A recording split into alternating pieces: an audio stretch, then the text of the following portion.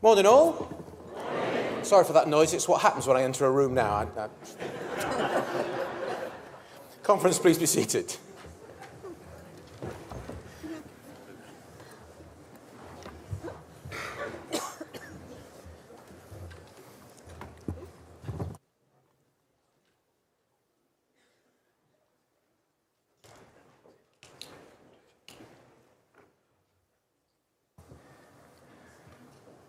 Invite Dave Hardman to lead us in our opening worship and study. Thank you.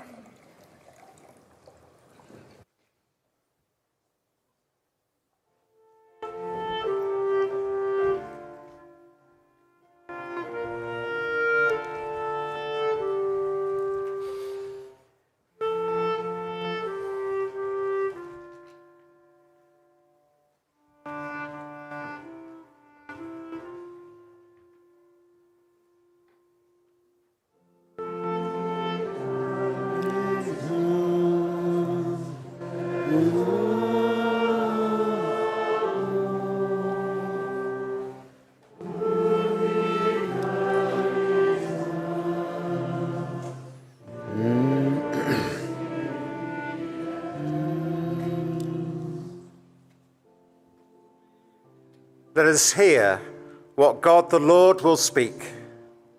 God will speak peace to the people, to the faithful, to those who turn to God in their hearts.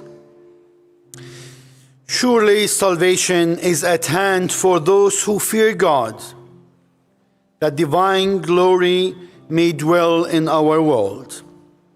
Steadfast love and faithfulness will meet. Righteousness and peace will kiss each other. Faithfulness will spring up from the ground, and righteousness will look down from the sky. The Lord will give what is good, and creation will yield its increase. The path of righteousness will be graced by God's steps. Steadfast love and gentleness will meet. Righteousness and peace will kiss each other. We join together in singing Ubi Caritas. Ubi Caritas.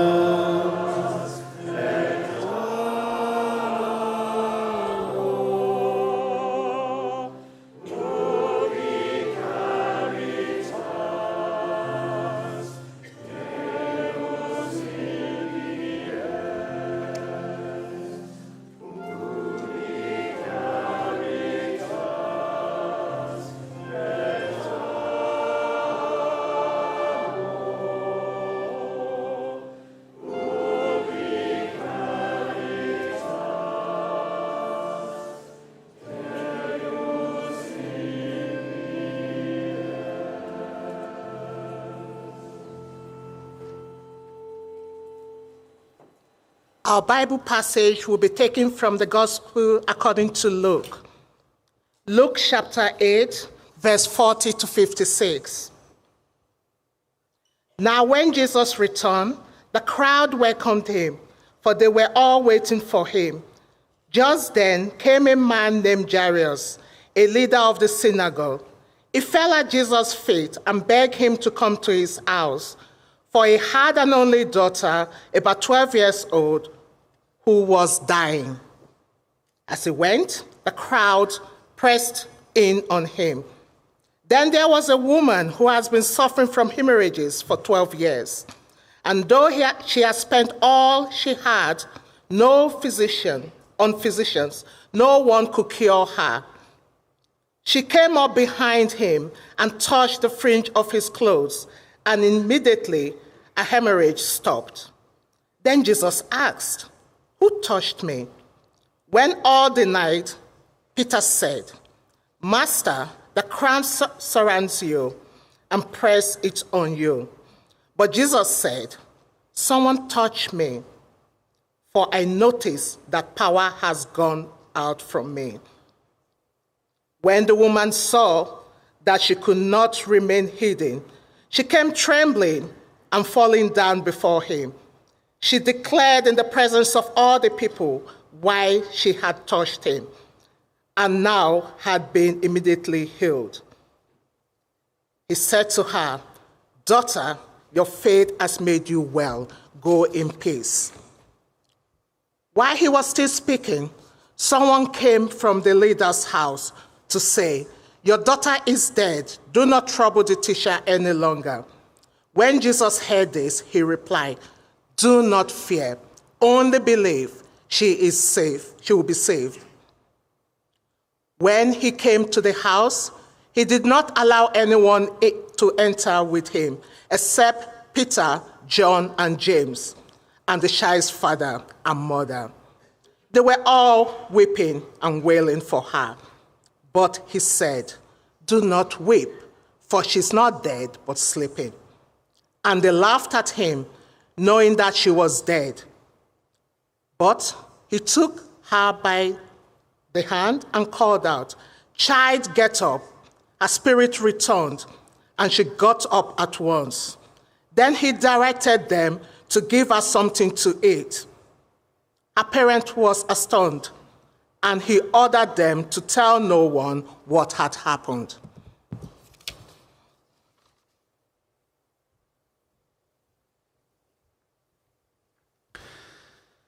Let us pray to God, who in Christ meets us in our needs, hears our cries, and calls us to faith.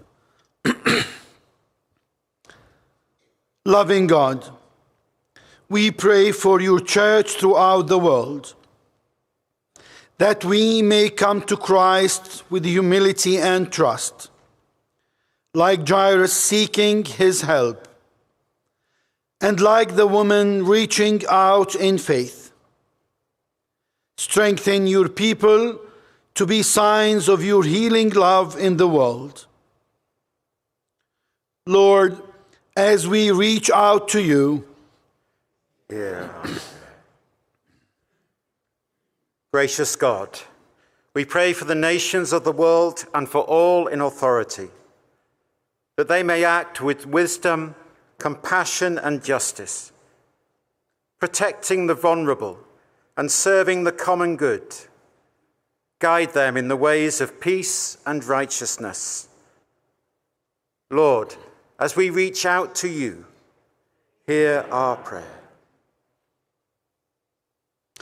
Compassionate God, we pray for those who are sick or suffering, for those who long for healing in body, mind, or spirit.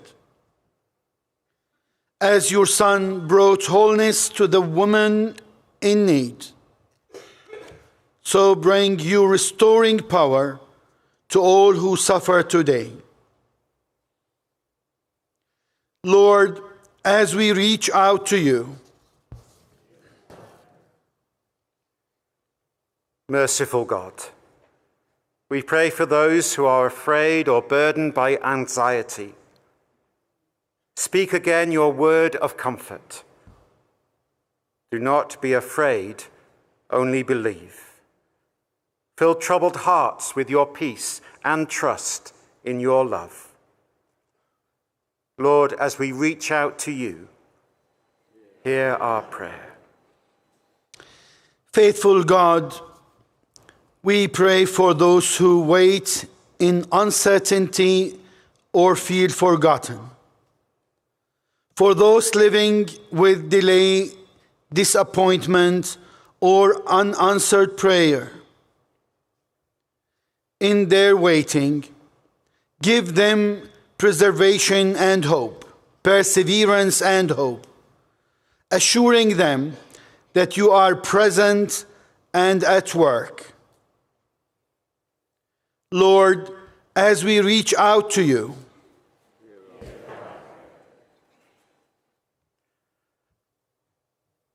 God of life, we pray for those who mourn and for all who face death, that they may know your presence and tender care.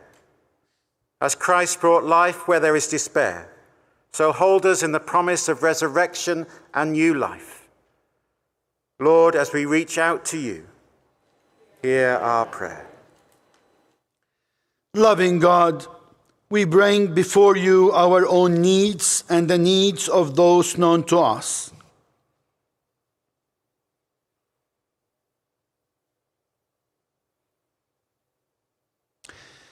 Help us to trust in your Son, who knows us, calls us by name, and responds to us with grace and compassion. Lord, as we reach out to you, Here. Faithful God, you know our needs before we ask, and hear us even when words fail.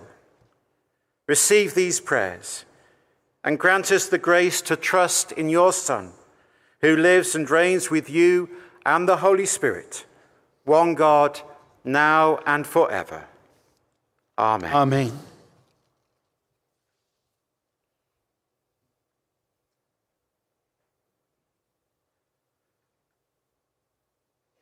The gospel story that we heard read confronts us with a truth. Maybe a truth that we would rather ignore sometimes, but the truth that sorrow and suffering and even joy are woven into the human condition, but also a truth that they do not belong to one people and not another. They are not the possessions of the powerful or the burden of only the weak. They belong to us all. And yet, how quickly we forget.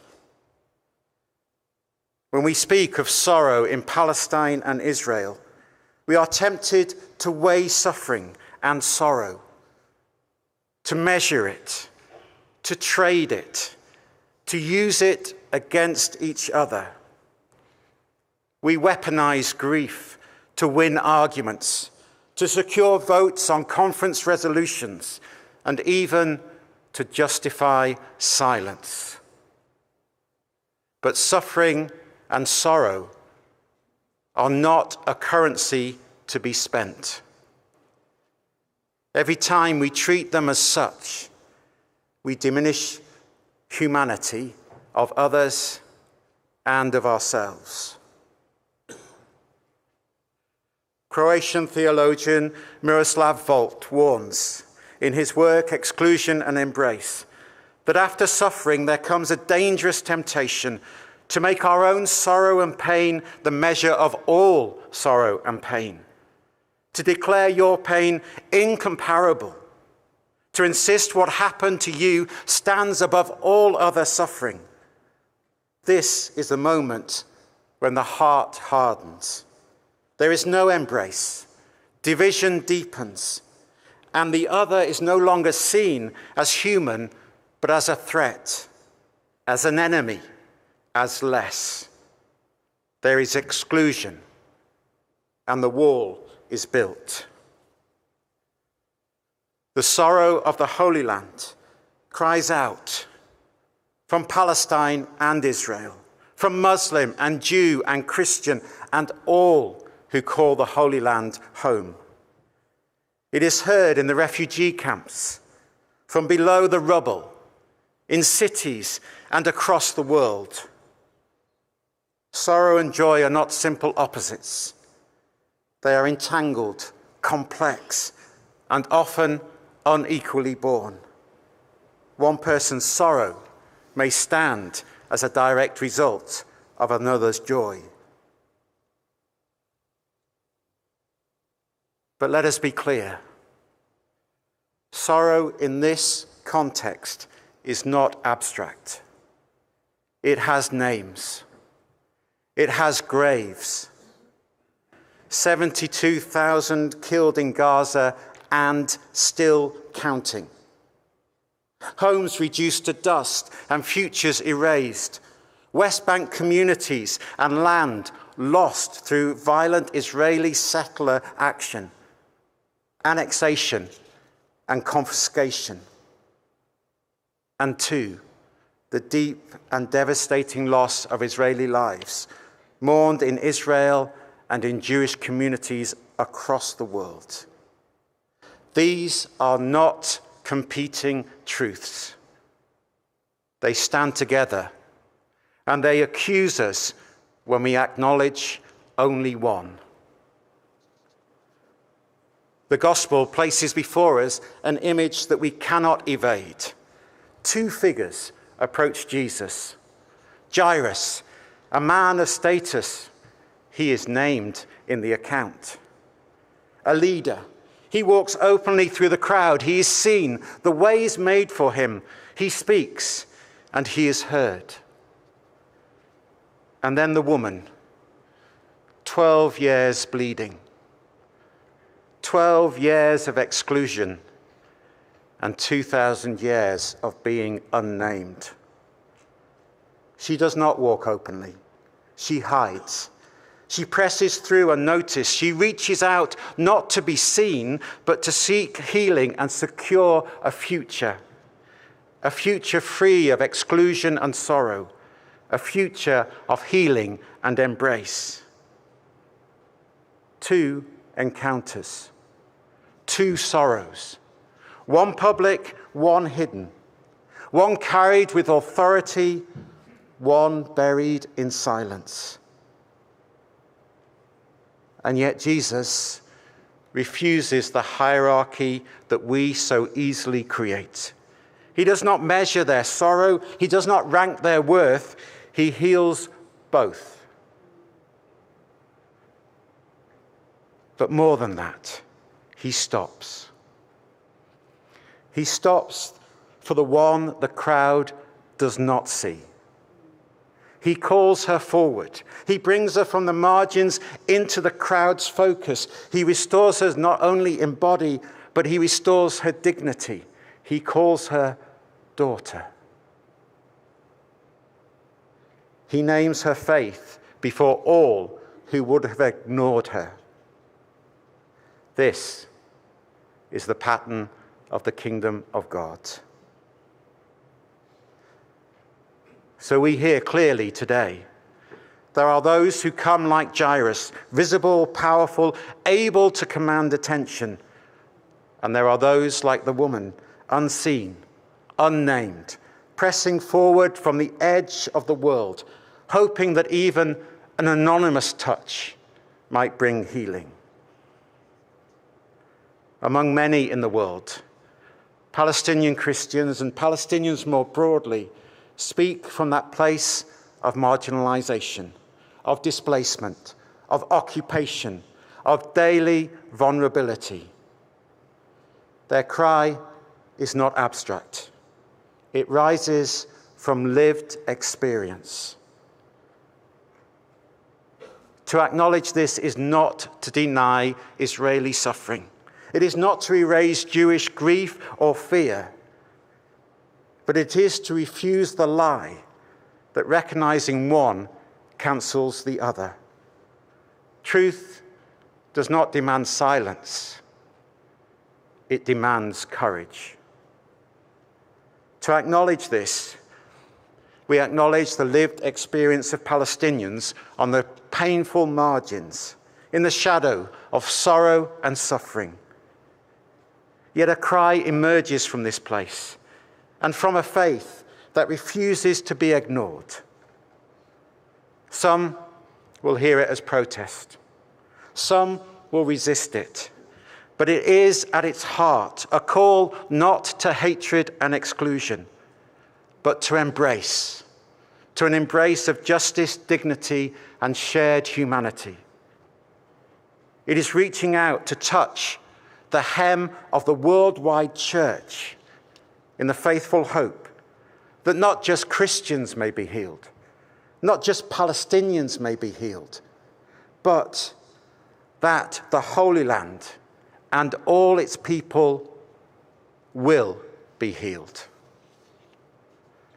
The cry is the Kairos 2 document, and it declares, from the heart of pain, genocide and displacement, we raise a cry, a prophetic cry of steadfastness. We declare our commitment to work for the good of this land and all humanity on the basis of our shared humanity until the day we live together in our land where all inhabitants experience true peace and reconciliation, founded on justice and equality for all God's creation, where mercy and truth meet, and righteousness and peace kiss each other. This is not the language of exclusion. It is the language of embrace. Hope forged in suffering and sorrow. The woman reached out unseen. She reached out for Jesus' healing. Jesus healed her body, and today Palestinian Christians, often unseen, reach out not only for their own healing, but for the healing of the land and for the healing of all its people.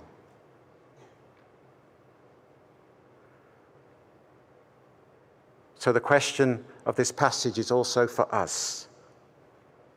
Do we only see and hear the approach of the powerful and take account of their suffering? If we do hear the cry of the marginalized, do we judge their sorrow differently?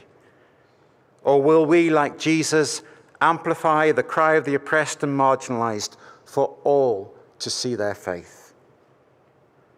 Or will we turn away, protecting our comfort, preserving our tired narratives, and leaving the unnamed unseen? The promise of God's kingdom stands before us still. Embrace, not exclusion. A world remade, where enemies are reconciled, where justice and peace are no longer distant hopes, but lived realities.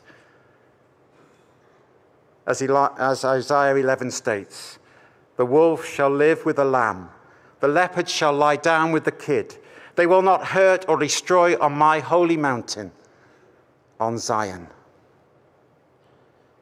The call is urgent, to recognize the humanity of all, to honor the suffering of all, to stand with Christ healing both the powerful and the marginalized.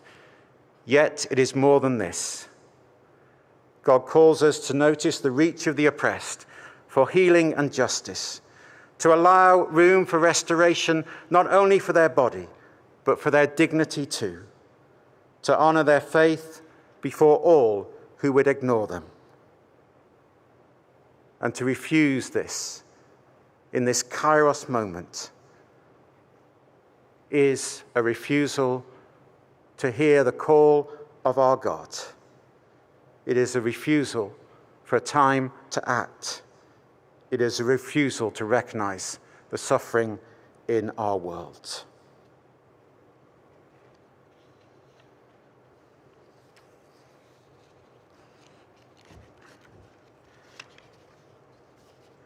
So in a moment or two, just share together to reflect on that passage. Some questions, if they're helpful. If they're not helpful, just have a conversation with one another.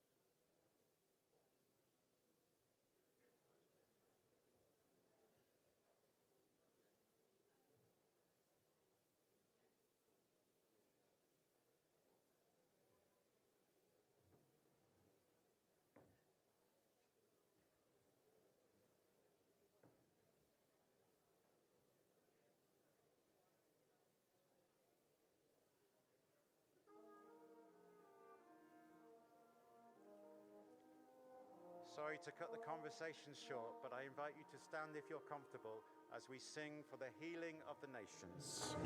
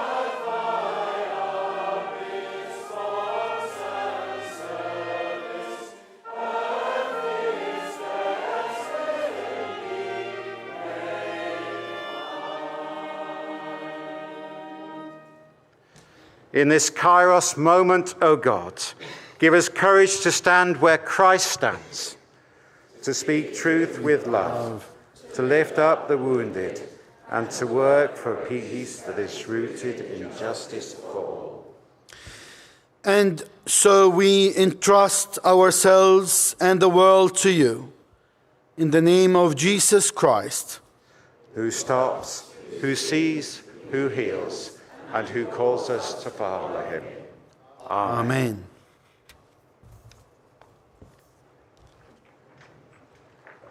Do be seated. Oh, you are.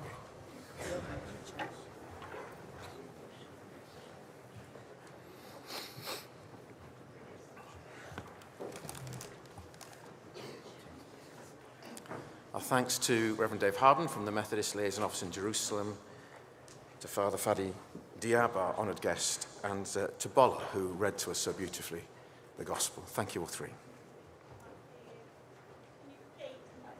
Sorry, I apologise if you can't hear me. I'll say that again. Thank you. Our thanks to the Reverend Dave Hardman from the Methodist Liaison Office in Jerusalem, to Father Fadi Diab, our honoured guest, and to Bola, who so beautifully read the Gospel to us. Thank you.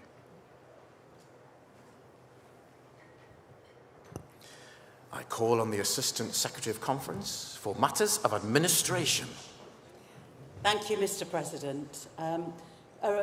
Please note that there is a deadline for any further and final changes to the draft of stations.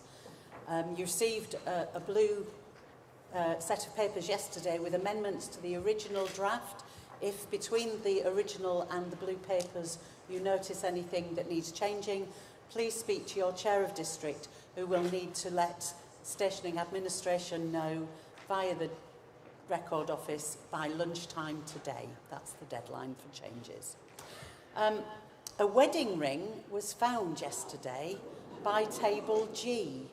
If it is yours and you wish to be reunited with your wedding ring, please go to the Record Office, where hopefully you'll have more luck than my husband, who lost his wedding ring in the sea on our honeymoon. Just one further thing to remind members of conference that our business is live streamed, and whilst this may feel like an entirely safe space, please measure your words carefully when you make speeches, and bear in mind, as we deal with sensitive issues today, that the world is watching. Thank you.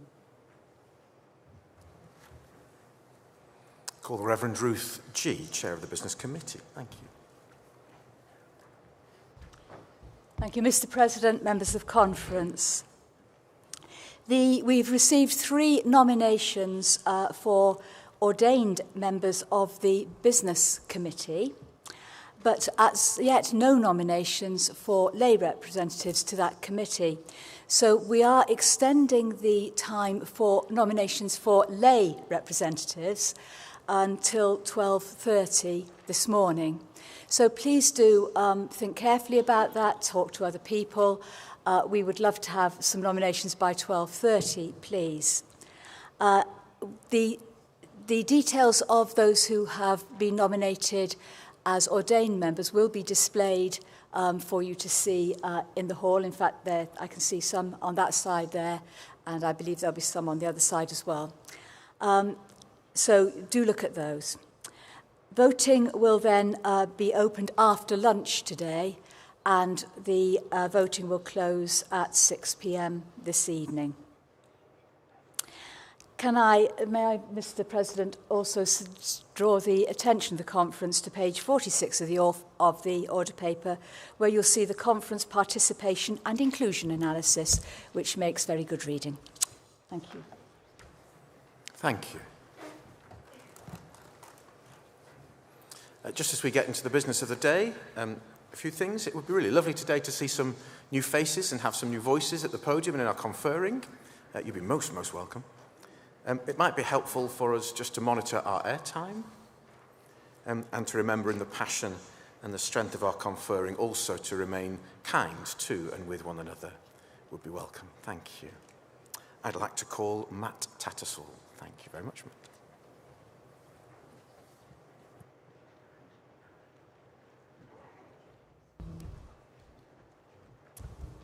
Mr. President, Matt Tattersall, Executive Director of Finance and Resources. We are in Volume 2 of the agenda, page 271. On Saturday evening, I moved Resolution 25.1 to lay the budget before the conference. We won't vote on the budget until tomorrow, when most of the conference's work is complete. But this morning, we have time to engage in conversation on the budget. As I outlined on Saturday, the Methodist Church Fund is in deficit, and that deficit is getting worse. Work is in hand to review what areas of expenditure can be reduced, and it is anticipated that changes will be brought in gradually over the next 3 years, rather than all at once in 2029. No area of the budget can be exempt from review, not even the costs of the conference. In the meantime, we propose to continue using the Connectional Priority Fund to subsidise the budget until August 2029, the benefits of which are outlined in paragraph 8.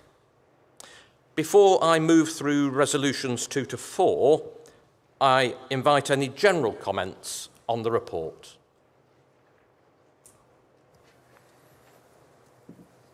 Mr. Tattersall has invited general comments on the report. Anybody wishing to so do? Going once, twice. No such comments, Mr. Tattersall. Very good.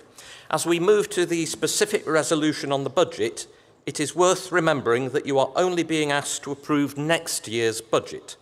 The subsequent years are included for information.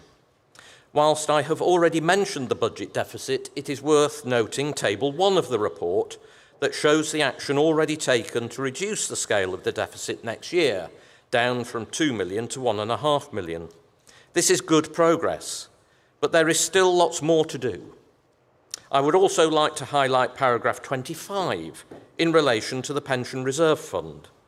The financial position of the pension scheme remains very favourable compared with where we were a few years ago.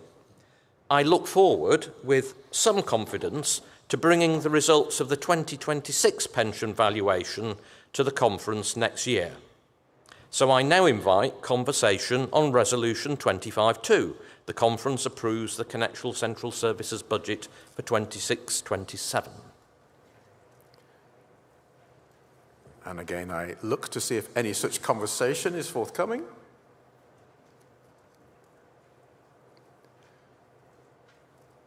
No. I'll keep going. As I outlined on Saturday, we have amended the district assessment formula so as to exclude setting assessment in relation to roles funded from either Methodist Action on Poverty and Justice or from the God for All strategy. Whilst only a small impact on the distribution of the assessment between districts, it does signal our intent to keep economic justice at the fore when allocating resources. The district allocations in Table 2 have been reviewed by the District Treasurers Forum, and I therefore now invite conversation on Resolution 25.3. The conference approves the district allocations of the assessment to the Methodist Church Fund as set out in the report. I can barely contain myself, but there is a speaker.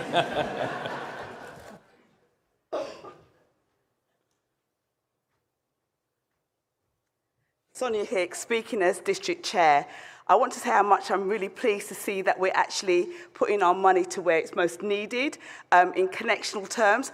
And I ask that as districts and circuits, we also do that so we can truly be a church which reaches to those who most need us. Thank you. Mr. Tattersall. Okay. Very happy to hear those comments. It is our practice to review the reserves policy every 3 years. We use the best practice guidance for large charities set out by the Charity Commission, namely an integrated approach to assessing reserves alongside strategic planning, budgeting and risk management. This has confirmed that a range for the reserve level between 5 and 6 million remains appropriate. And therefore, I finally invite any comments on Resolution 25.4. The conference approves that there should be no change in the reserve level of the Methodist Church Fund.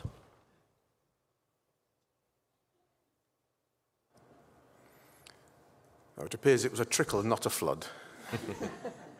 Thank you, Mr. Tattersall.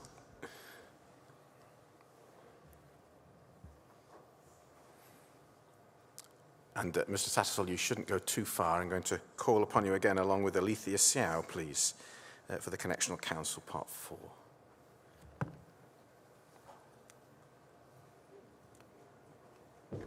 Well.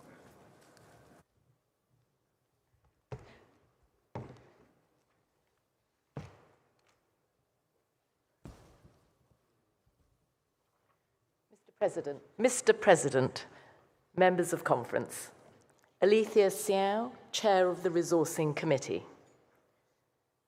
I bring before you Section P of the Connectional Council Report, Part 4, Resourcing. This is in Volume 2 at page 351. As Chair of the Resourcing Committee, I will give you an overview of the work of the Resourcing Committee, and Matt Tattersall will be taking us through the other resourcing sections. Our pattern of meetings follows those of the Connectional Council to which we report. In addition to discharging our responsibilities for oversight of the 3 Ps, people, property, and the pounds, the significant items of business this year have included the budget for 2026-2027 and the financial strategy moving forward, the work being undertaken by the Economic Justice Working Group, the IT strategy, with particular focus on ensuring we design systems around user need and further enhancing our approach to cyber security, the missional use of property, which is elsewhere on the agenda, the digital strategy, which we envisage will also beneficially impact on the workload of a managing trustee, the critical work of ministerial well-being, which is being led by the Ministries Committee, establishing a task group to look at the future of the pension scheme in light of the much improved financial position, the connectional allowances, the HR under the connectional team. We also have the overview of the properties under the managing trusteeship of the Connectional Council. Not only does the committee have the oversight of the operational issues, but it also is part of the consents process for district and connectional properties. For the latter, I'd like to thank Dr. Nigel Hardwick, the Connectional Property Consents Advisor, for his many years of valiant service as he retires at the end of this connectional year. We have also supported the Council as it develops its connectional policy options, which is also elsewhere on the agenda, in particular, enabling good governance structures that free the Church for mission. Supporting managing trustees is a key area of focus when we have our discussions, as we have heard loud and clear the cries of administrative burdens. The above is just a glimpse of the work undertaken by the Resourcing Committee, and I would like to thank the committee members for their active and positive contributions to the work of the committee. Our aim is to work in a transparent and collaborative manner and to have priorities which are realistic and which facilitates the Connectional Council and conference policies. Finally, I would like to thank Matt and his team for keeping the committee in good order and producing the excellent papers which enable us to make good decisions. I move Resolution 31-1. The conference receives the report. Thank you. Any conversation on section P?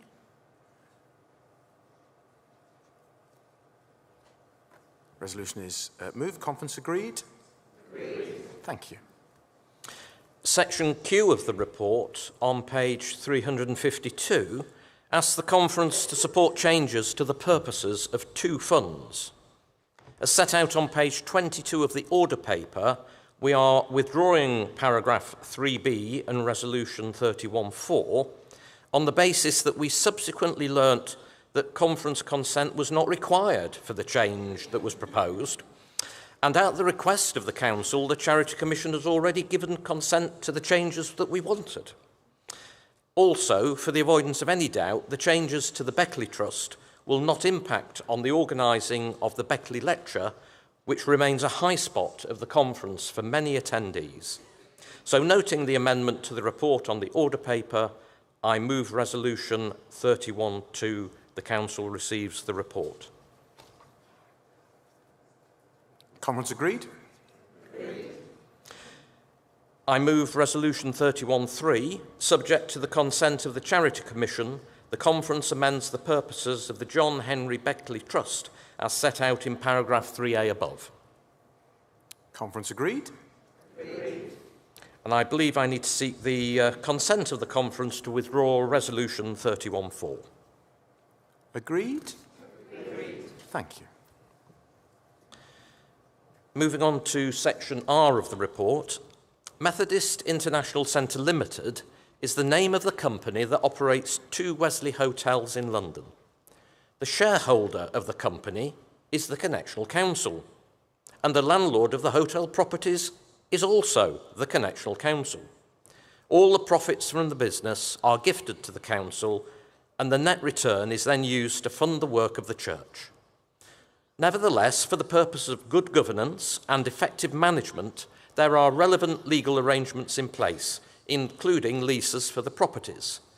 In this case, the council seeks to extend the lease term for the Euston property beyond 7 years, something that requires the consent of the conference. This will help secure the future of the business. I move Resolution 31.5. The conference receives the report. Conference agreed? Agreed. I move Resolution 31.6.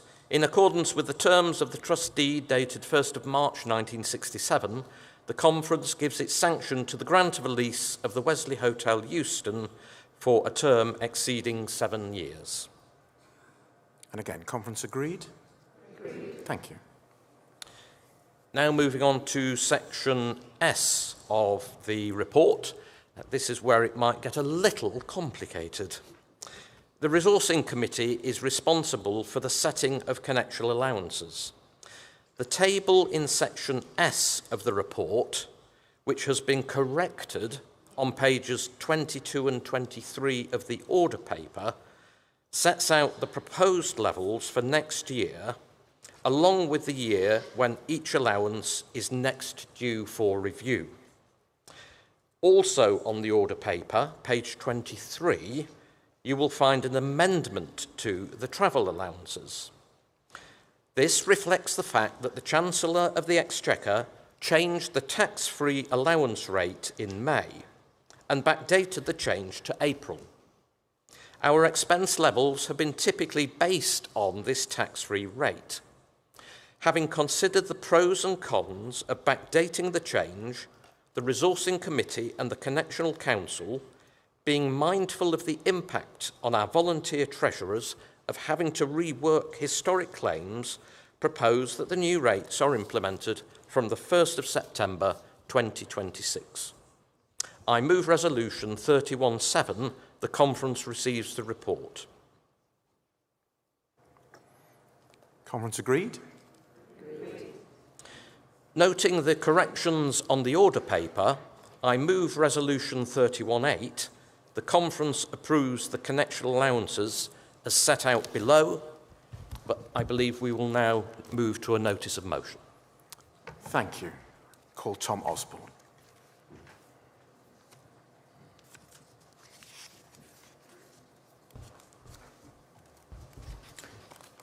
Mr. President, members of conference, Tom Osborne, East Anglia District. I promise I'm not trying to make it too complicated.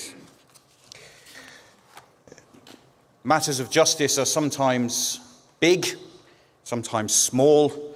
On this occasion, it's the small matter of just 10 British pence. The notice of motion 104 proposes two things. One, to rather than have a text in our box lay out precise figures, to simply state that at any given time our mileage rates will be those that are the maximum allowed by HMRC. Since they've only just recently changed them for the first time in 15 years, it may be that we wait another 15 years before we have to change them again. But we live in turbulent times. It may be they change again very soon. This would enable us to know that they change when they change, rather than wait for having to make decisions several months later.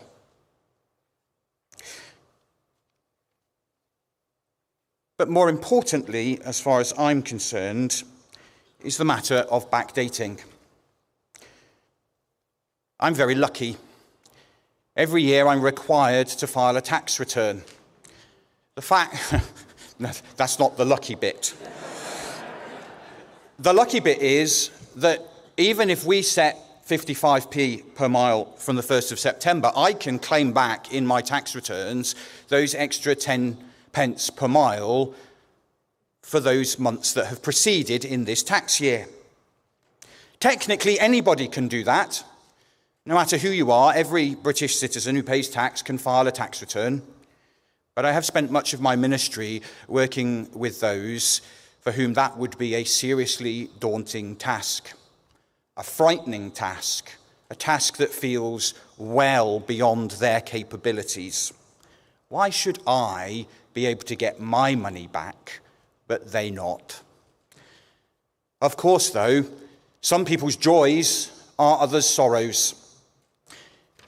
It might require quite a lot of work for other volunteer treasurers. We've already heard how much work it would require for the connectional financial team. So I'm not suggesting that we insist that that happen, but that we remind those in charge of our finances that this is a matter of justice, and that there are those who might actually need that 10p per mile, and we should make it easier for them rather than more difficult. My seconder reserves his speech, so I move Notice of Motion 104. Any speakers? No, you're not speaking? You're escaping. I think Miss Ovey needs to... Miss Ovey, you're going to come and help us. Thank you.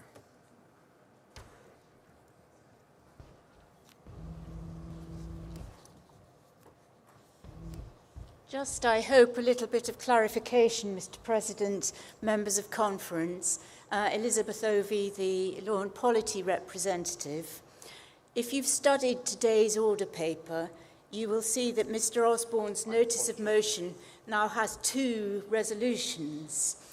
The second one, Resolution B, deals with the substitution of a new provision in the table, which we've discussed.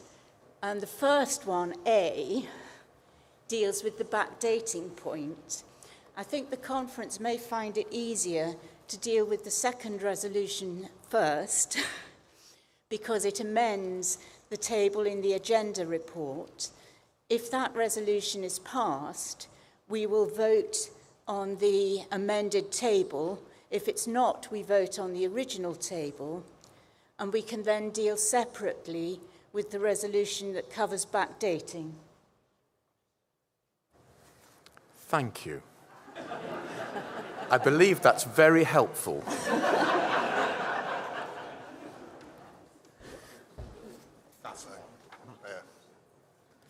Matt, thank you. No? Oh, Jonathan, please. Secretary of Conference, Mr.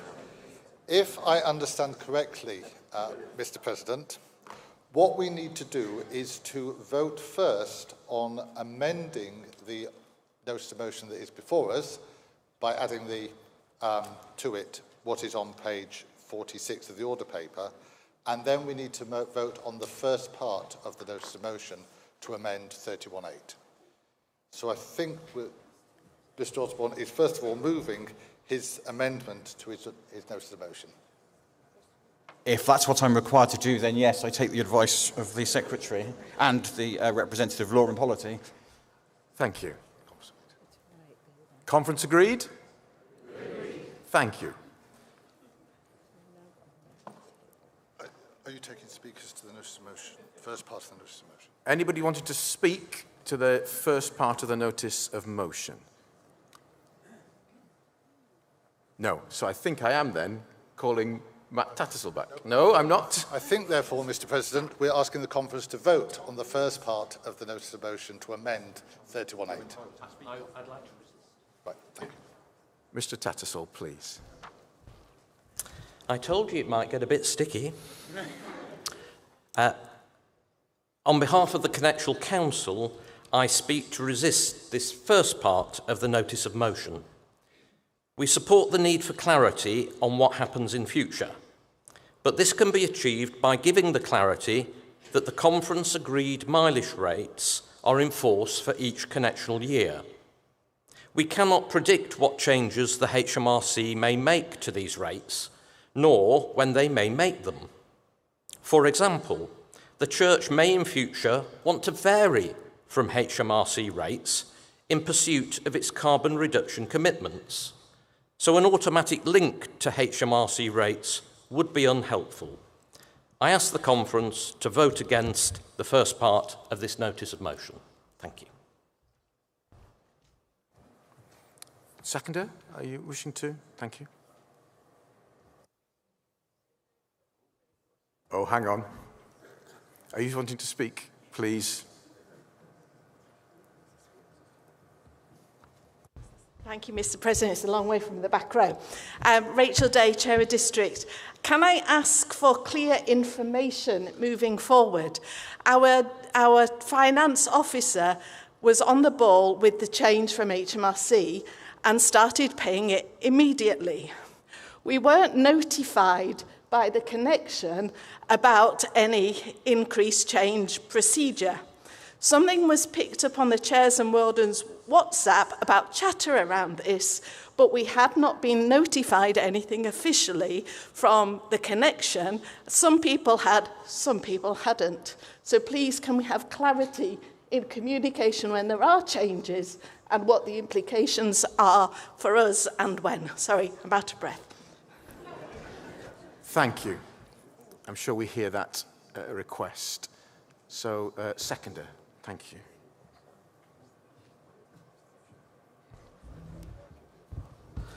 Mr. President, members of conference, Steve Rogers, Lay Rep, Bedfordshire, Essex and Hertfordshire. I urge you to support this notice of motion, if only because, as Tom said, it is a matter of economic justice. And crucially, we've said that the amended resolutions ask connectional teams to consider backdating. We're not saying, we're not insisting. And it is something that my own district policy committee has already considered. And I'm conscious that in years gone by, I would have been very grateful for the extra 10p per mile from the beginning of April. My circumstances, fortunately, have changed. 10 years ago, it would have been very different. And in terms of tax returns, I hope I never have to do one. Thank you.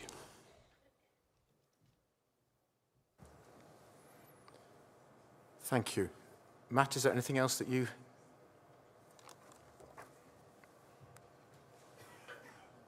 Well, I also want to resist the second bit of the notice of motion. Would you like me to come back?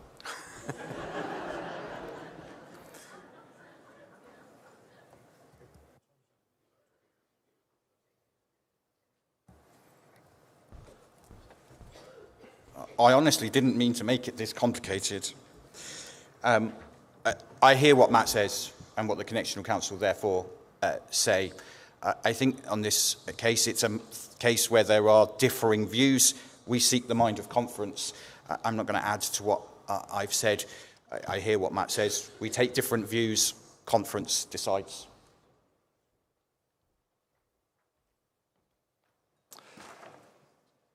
In an attempt to offer clarity, I believe now that the conference is being asked to vote on the first part of the notice of motion, including the amended 8B, the resolution 8B on the order paper.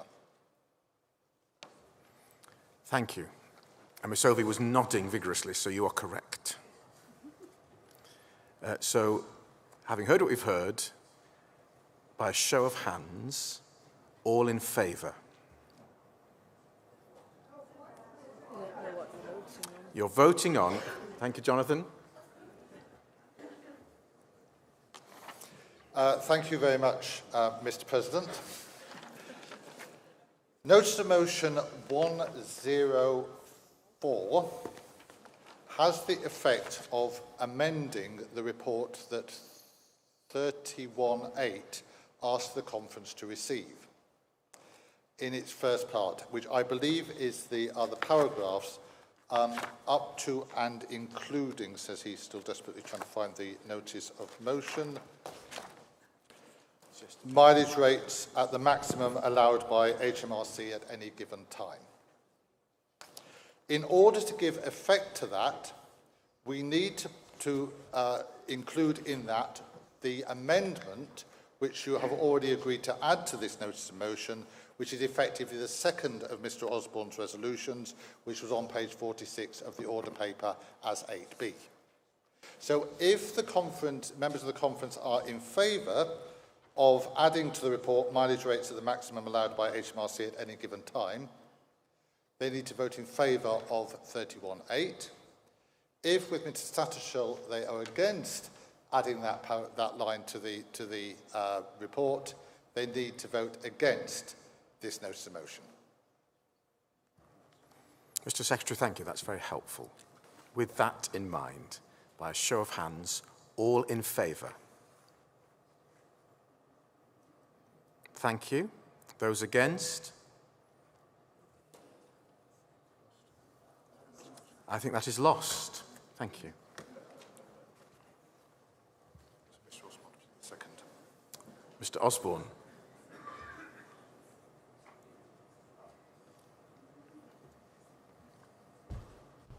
Don't plan on speaking much more. I move the second part of the notice of motion.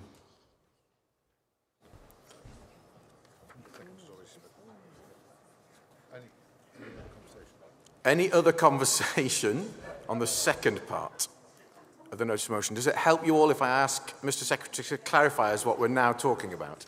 Could I do that, please, Jonathan?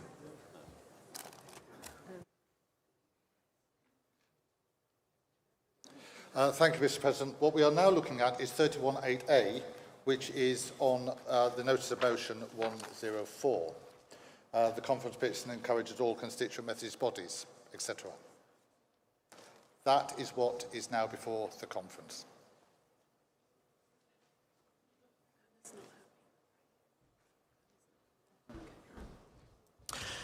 Matt Tattersall, Executive Director of Finance and Resources, Mr. President.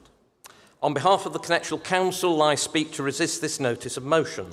There are pros and cons of backdating the increase in mileage expenses to April. There are pros and cons of implementing the change from September.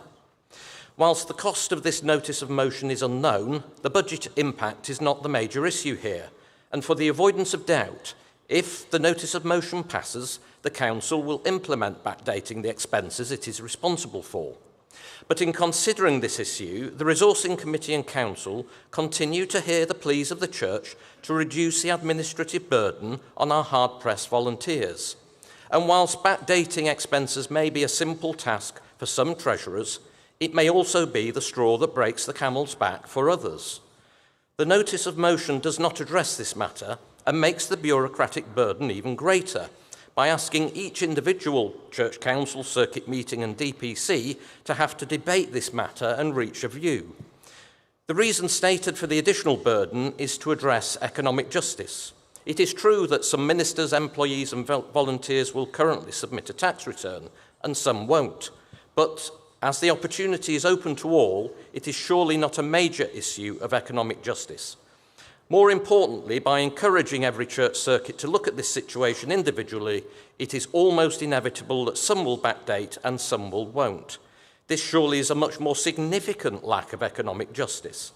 This notice of motion adds bureaucracy to an overburdened church, does not improve economic justice, is likely to make it worse, and undermines the connectional principle.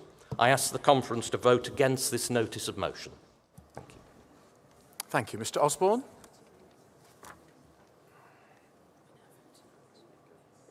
Oh. I think we've missed speakers on this. Mr. Osborne.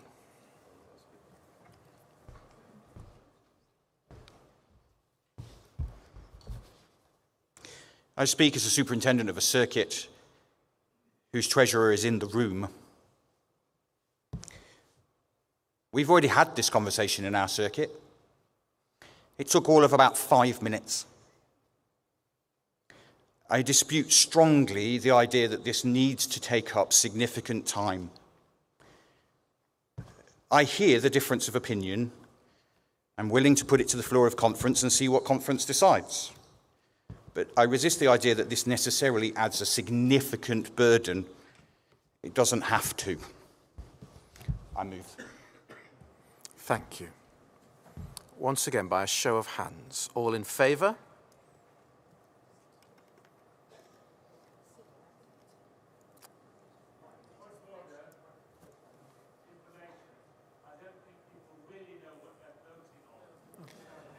Whether to backdate it or not.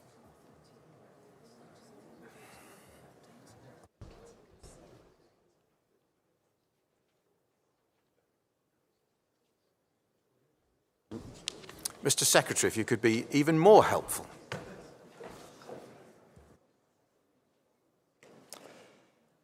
The conference is being asked whether it wants to permit and encourage all constituent Methodist bodies responsible for making expense payments, including the connectional team, district circuits and local churches, to consider the backdating of mileage rates to the beginning of the 26-27 tax year, and where this is deemed possible, for additional payments to be paid as soon as practicable.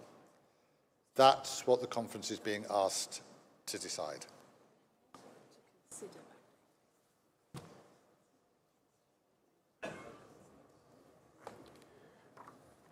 You're still murmuring, which worries me.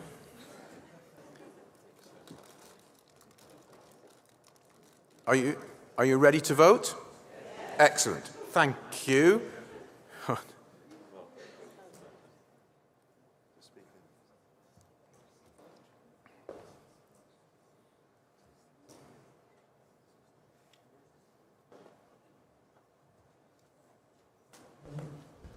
Mr. President, members of conference, Keith Walton, West Midlands District. I feel there is still some confusion. I think that what we're saying is, if we vote against this amendment or this resolution, the position will be that the increases take place from the 1st of September rather than being backdated.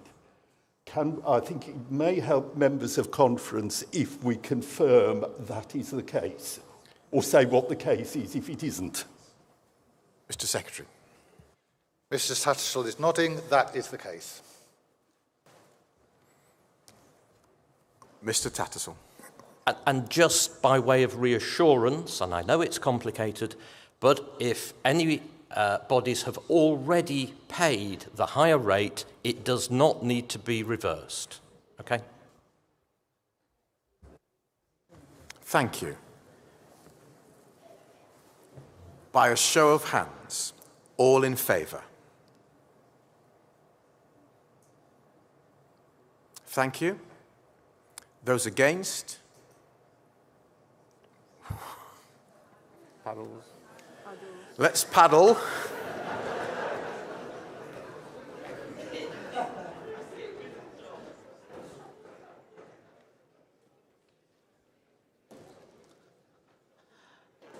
I told everyone I wasn't expecting a very exciting day today. All right, have you all got your paddles ready to vote? I have pressed the magic button, so press 1, 4 or 2 against.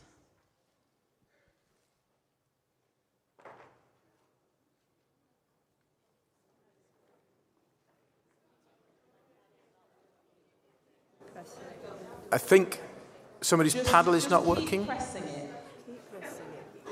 See? If you just keep trying, it'll go eventually. Yeah? Everybody content they're voted?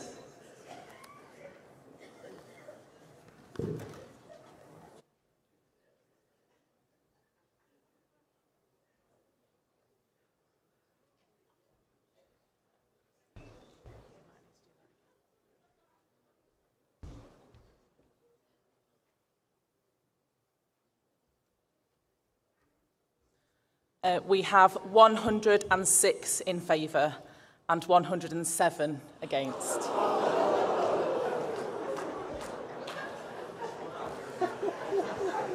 It's still lost, isn't it? That is lost. Wow.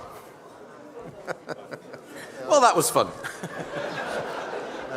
Mr. Secretary. I may be seeing Mr. Tattersall's thunder, but I believe in all that excitement we didn't actually vote on the unamended 31.8. So we still need to move to a vote on that. Would you please remind us, Mr. Tattersall, about 31.8 so that we know what it is we're voting on? Thank you. So I've moved Resolution 31.8. The conference approves the connectional allowances as set out below. Conference agreed? Agreed. Thank you. And finally, Section T of the report on page 359. Those of you who have to interact with the online suite will be all too aware of the challenges we have faced in upgrading a failing and aged system. This has led to delays in our ability to implement Memorial 23 to the 2023 conference. However, with a new approach to the upgrade of the system building confidence, we can now confirm that the GDPR checklist will be added next year in time for reporting the following year. I move Resolution 31.9. The conference receives the report. Conference agreed. I move Resolution 31.10. The conference adopts the report as its further reply to M23 2023. Conference agreed. Thank you, Matt. Thank you, Alethea. I'd like to call Paul Spray, please.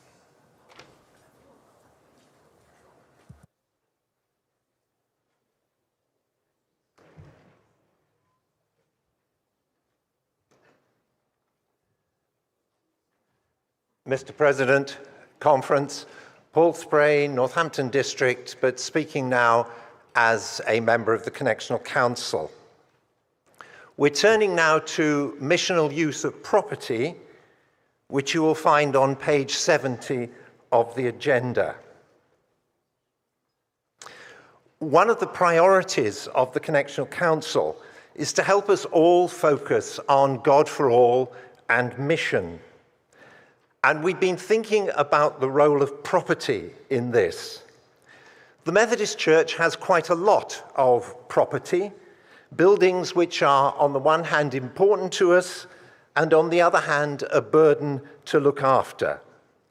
And so we felt in the council that it was important to help local churches and circuits decide what property is vital for mission and what a burden that can be put down in order to have time for mission. Now, today is not a time when we're bringing proposals to you, but we want to begin listening to what you have to tell us. And there will also be online consultations in October to which districts are warmly invited. There are 3 strategic areas within the work, and I think they're showed on a slide. And we would like to hear what you think about these. The first one is to sort out what we mean by a local church. At the moment, our formal definitions assume that a church is linked to a particular place. And that's not always helpful, especially maybe as we think about online churches. So we will offer to Conference Resolution 6.2 to ask the Faith and Order Committee to develop a clear and theologically informed understanding of what we mean by local church. And the second area that we're working on is to try to develop ways to help circuits think about what properties they need and what they don't need as they answer God's call to mission. And we want to offer a framework which enables circuits to make decisions about their property in the light of their growth and mission plans, and also in the light of our Action for Hope aspirations. Because if we can reduce the number of our buildings, and if we can adapt our buildings for mission, then we could both reduce our workload, help us to move to net zero, and achieve what we're trying to do. And we realize that in doing this, particular consideration needs to be given to strategic locations and heritage sites. And the third area concerns trusteeship of local churches. We suspect that when circuits try to develop plans and they find that decisions about individual buildings can only be made by the appropriate managing trustees. And we think that our current structures of trusteeship may make it difficult for circuits to be strategic about property. There are ways, but some may not feel equipped to use the provisions that already exist. And we're also aware that many in our churches are burdened by trustee responsibility. The workload is heavy and people don't have time always. We're grateful to the Law and Polity Committee for beginning to take this on, and we look forward to working with them on this area. So, Mr. Chairman, I would move Resolution 6.1. The conference receives the report. I see 4 speakers. Thank you. Thank you. Mr. Chairman, what we were hoping to do was to invite some conversation in small groups. I don't know whether that would be possible. I think that is possible. I'm going to take the 4 speakers, and then maybe you will invite people to speak in groups. Thank you. Oh, no, now they're all coming. Put them into groups. I think in that case, I'm so sorry. I'm so sorry. In that case, thank you. If you'd like to invite us to speak in small groups, I'm ever so sorry, speakers. Thank you, Mr. Chairman. It was exactly because we want to hear a large number of voices that we felt it was important to speak in small groups. We have a slide.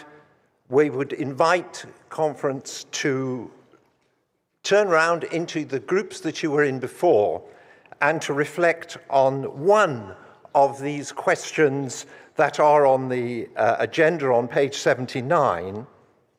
And in question 1, perhaps rows A to C, what would members of the conference want to see included in a theologically informed understanding of the local church?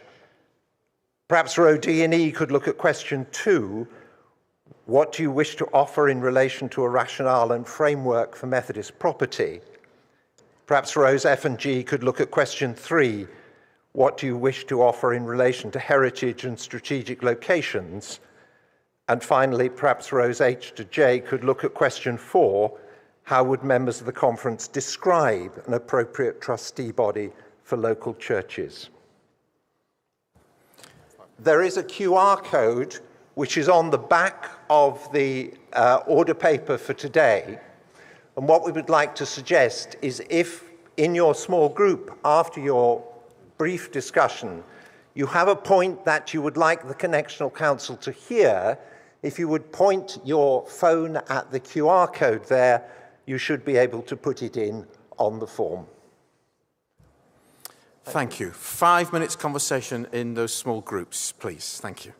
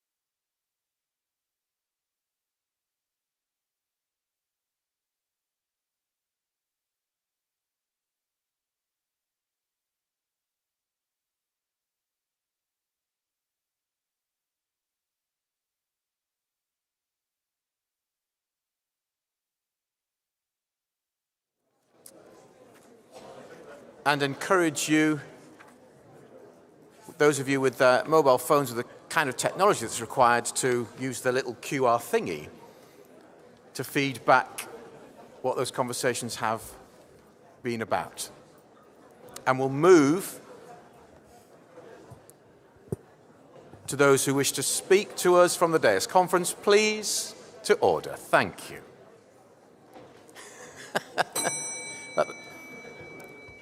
Oh, we got the bell out now.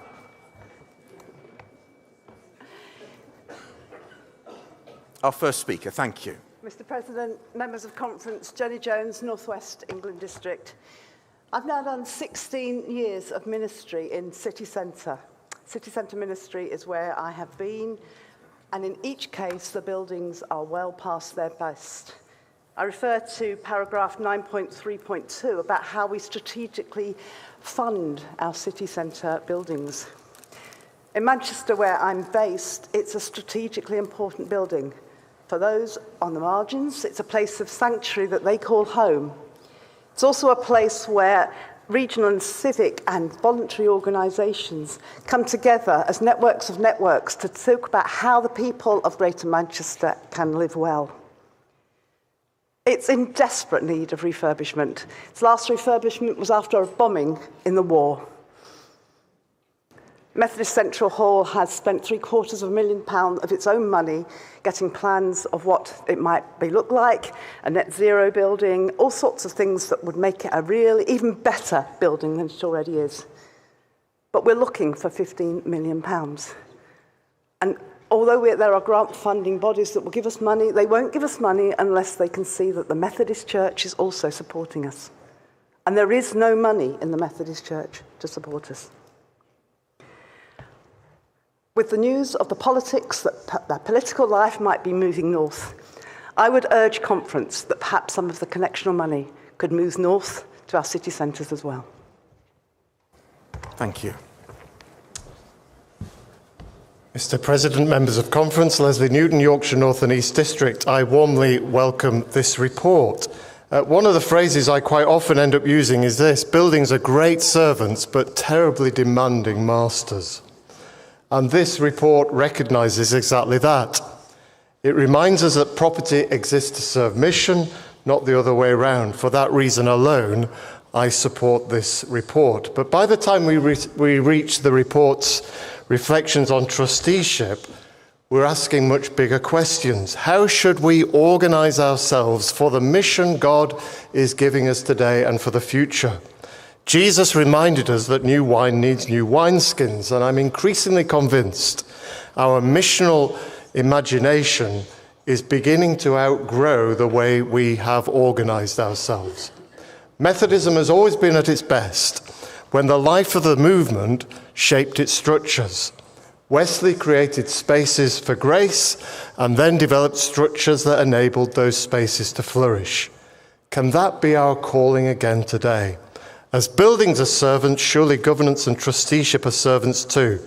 So a vision over time of not of fewer worshipping communities, quite the opposite, but of fewer separately governed local churches, with instead, for example, one circuit-wide local church providing the constitutional ecclesial home for a rich ecology of inherited, emerging, on-site, online communities flourishing. And to avoid me stepping up again, can we just lodge that when we're talking about online church in due course? So I gladly support this report. If God is pouring out new wine, and I believe he is, may we have the courage to reshape the wineskins so that the way we organise ourselves keeps pace with the missional imagination God is giving us. And our way of being church never becomes smaller than God's mission. Thank you. I won't take any more speakers than those who are here at the front. Thank you. Mr. President, Bev Hollings, Darlington District. I'm very much in favour of this overall report. I serve as a superintendent in a circuit where, when I visited, had 17 churches. We're now down to 4 that are being used each week for worship, 1 that's being used for an MPMP, and 2 that are used more as community buildings, but in which we can still worship if we wish. But I stand just to query one thing that was said in your introduction, Paul. and that regards the reduction in carbon footprint or moving towards net zero, because the result of closing over half of the circuit buildings might have reduced the energy use in those buildings, but it means people are travelling further to get to worship and in an area where public transport is infrequent. Thank you. Next. Mr. President, members of conference, Ian Rutherford, North West England District. I rise with a comment. It's critical in our deliberations and follow-up on this report to take a holistic view of mission. As paragraph 6 on page 72 implies, there is an interconnectedness of the purposes of the Methodist Church. I therefore press the importance of always considering that everything is connected as we develop separate pieces of work. So in leading on connectional economic justice and in the housing review, I make that commitment on behalf of the working groups. We need to develop all of our work on property collaboratively and transparently. Thank you. Mr. President and the conference. Many of us, when we read our reports, will, Martin Beekers, Southampton District. Many of us, as we read our reports, will write little bits of notes next to them. When I read 8.1, that we should revisit the definition of local church, and as I read it, divorce that from buildings, I wrote, please Jesus next to it. I would encourage or hope that we could urge, as we develop strategies, to attach to those strategies mechanisms for cultural change. If we come up with a new or slightly different definition of local church, having a connectionally developed Bible study and sermon series on it is how we get it into our local congregations. And yes, every one of us could design it, but if bureaucratic burden is an issue, how do we have space for creativity when it could be designed once and we could all use it? Thank you very much. Thank you. Thank you, Mr. President. Simon Edwards, Bristol District. I'm supportive of the general direction of travel of this. I just have a couple of points. A few weeks ago, I shared in worship as one of the churches in my pastoral charge ceased. For more than 200 years, they have used that space missionally. Let's not forget, as we look forward, those who have used their space missionally throughout a long, long time. And then on to 8.8, the understanding the local church being linked to a particular physical space that creates some difficulties for MPMP. I think the issue of defining local church is broader than just that link to one physical place. It's about our normative understanding of church, requiring a minimum number of members, requiring a trustee body, and so on. And while property is part of the issue, it's not the whole. What we need to do is ensure that spaces become places of both community and encounter with God. Thanks. Thank you. Thank you. Next. Mr. President, members of Conference, Charity Nzegu, JDS Chair, I rise to remind Conference, as we go through this work of redefining local church and thinking about it and our property, that we remember to use the EIA, Equality Impact Assessment. That will make sure we do not leave any God's image bearer as an afterthought in our planning. Thank you. Mr. President, members of the conference, Andy Files, serving as Chair of District in the Nottingham and Derby District. I'd like to tell you a very short story, a testimony. I preached a few weeks ago at the most joyful closing service of a place of worship ever in Newark, in the Nottingham and Derby District, where Barnby Methodist Church has now officially closed. We closed it because Hope Methodist Church, as they're now called, are on a journey. They are continuing in worship and fellowship because the church is not the building, is it? It's the people. And the people of God are still continuing to serve and work, witness and minister in Newark.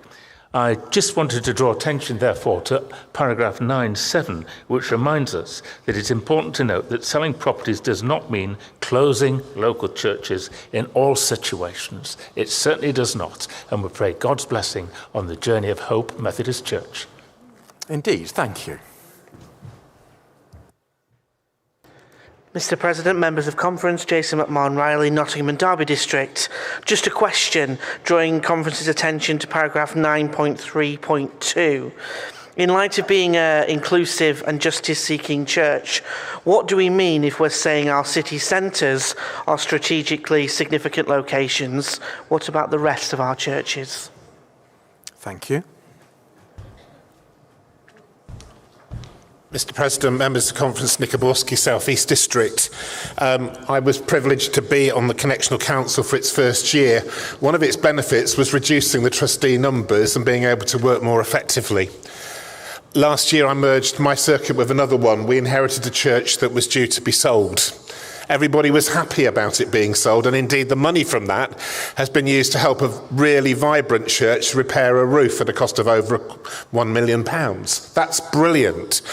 Except that the estate agents, the auctioneers, everybody wanted me to prove who all the trustees of the circuit meeting were for authorising what was going on. And whilst I might know that they may not have needed to do that, they insisted on doing it, otherwise they would not act on our behalf.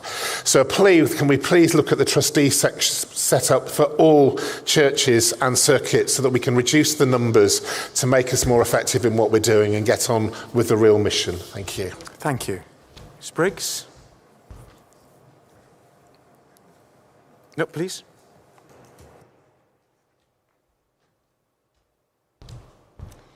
Mr. President, members of conference, Nicola Briggs, Nottingham and Derby District. I really rejoice at this report. I have the privilege and the joy of serving as the Superintendent Minister of the Ashbourne One Church Circuit, where we now have one church council, one circuit meeting. They meet on the same evening quarterly, and we have 8 churches that are part of that. It has, in this inaugural year, already reduced the burden that is on so many of our officers, and we hope and pray that that will continue. One thing that I feel is missing from this report is that it suggests under 8.6 that there were ambitious church buildings which resulted in some structures which have always been bigger than needed, even at that time. Ashbourne Methodist Church has just undergone a £7 million refurbishment project at the advice of our architect to grow bigger. It seemed bonkers to the trustees at the time, but we have indeed gone bigger, and we hope and pray that all that will happen in that 7-day-a-week church, community hub and conference centre will be for the glory of God. So please, can we make sure we don't just go smaller, let's go bigger too. Thank you. Mr. President, Rachel Day, District Chair, West Midlands District. I welcome this report and the conversations that will emerge from it in due course. As a superintendent previously and previously as a district mission enabler, I was frustrated in not being able to have creative conversations that helped move the church forward missionally, which led me to undertake research into decision-making in the context of church closures. And one of the things that I discovered in the course of that research is actually, I think, who makes the decision is crucial. And keeping with that mantra that anything about us, without us, is not for us, that where the decision is made is critical to those directly affected to it. And I think sometimes who makes the decision and moving it to a different trustee body becomes a red herring, because what is really needed are honest, difficult, yet theological and missional conversations locally in the church, the trustee bodies of the local churches, if we are going to really take this seriously. And I encourage finding ways of having that appropriately. Can I just ask a question? It says on page 80 under resolution 6/2 that another additional resolution will be brought on the order paper, but I can't see that anywhere. Thank you. Thank you. And our final speaker. Thank you. Mr. President, members of conference, Ruby Beach, Nottingham and Derby. I rise mainly as the Church Council Secretary for a church which Mr. File just mentioned, Hope Community Methodist Church in Newark. We have just sold 2 buildings. We came together, we became Hope Church, and it has been left pretty much to our church council to make all the decisions. We have had advice from our district property secretary and from the connectional property staff, but the decisions have really been mainly with that church council. One of our buildings, as Andy said, it's still 180 years old. We've sold it to Assemble Church, and we're very pleased that we sold 2 church buildings to churches. Praise the Lord. But in among the cupboard that had to be jemmied open when we were clearing out our 180 years worth of stuff was a report of the visit of the Redevelopment Commission of the Nottingham and Derby district to the Newark circuit in 1968. And the commission was appointed under the authority of the conference. And they came to Newark, and one of the things that they said was that within the framework of looking at the strategy for how we should work as a circuit and a district, that Barnby Gate, for all its historic significance, is dated, will become costly to maintain, and it should be sold, and a smaller church be established in the centre of Newark. So last month we sold Barnby Gate, and it's not quite 60 years since that report was written. I urge you, conference, to move forward with this strategy and be a little bit quicker. Thank you. Mr. Spray.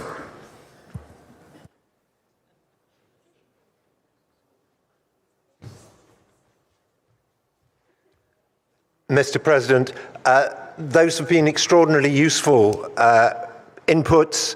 We're very keen to have more. That QR code will remain open until Friday, and anybody can use it. So if you haven't had an opportunity to yet, please do feed that information in.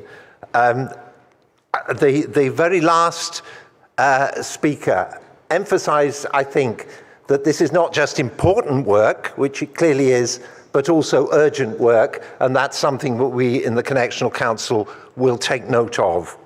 The additional resolution that's referred to actually will be dealt with next, not as an additional resolution here, but as a matter for the Law and Polity Committee, with which we are working closely. Thank you. Thank you. 6-1 has been moved. Thank you. Conference agreed? Thank you. And may I also move 6.2, the conference directs the Faith and Order Committee, in consultation with others as appropriate, to develop and articulate a clear and theologically informed understanding of the local church and report to the conference in 2027. Thank you. Conference agreed? Oh, sorry.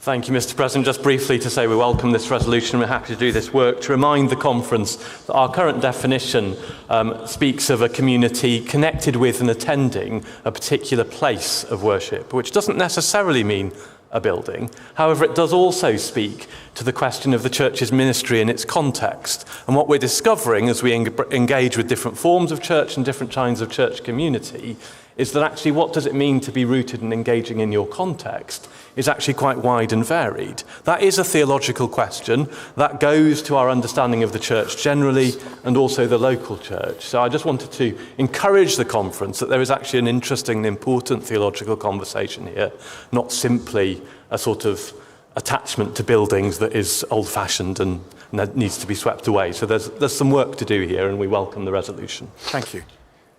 Mr. Torsten, you want to speak to this? Thank you.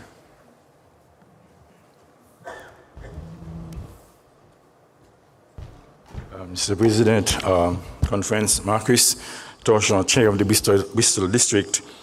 Looking at this resolution, I think there is something missing there, or maybe we need to explore the possibility of engaging with what we refer to in our system as fellowships. That is to say, in terms of understanding the reality of a church, the local church, at what point do we recognize a fellowship as a church, or as a fellowship emerges to be a church? And in some contexts, fellowships are making it possible for some unused buildings to be somehow having a Methodist presence in our communities.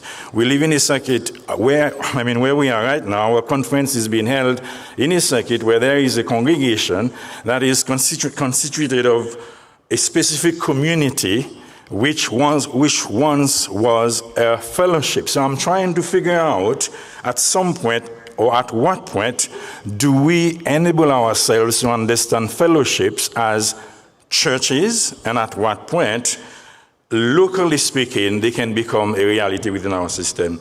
But I have no objection to this point, except that we need to have an informed understanding of what the local church means, including the multiplicity of fellowships we have in our conference. Thank you, Mr. President. Thank you. Mr. Chairman, those are helpful comments. I move the resolution.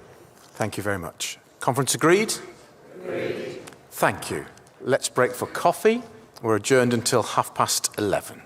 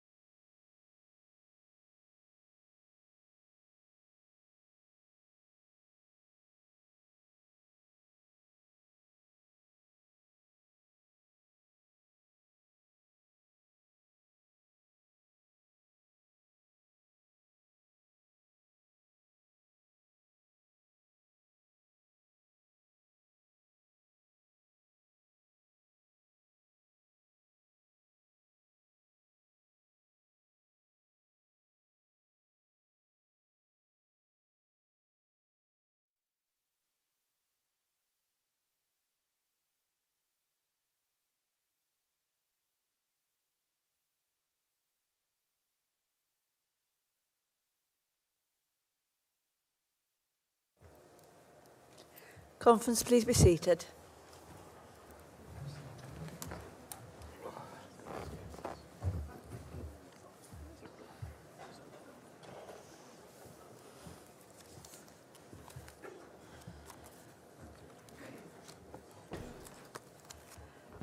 Conference, we're on agenda item 33, Law and Polity. I call Joe Anderton.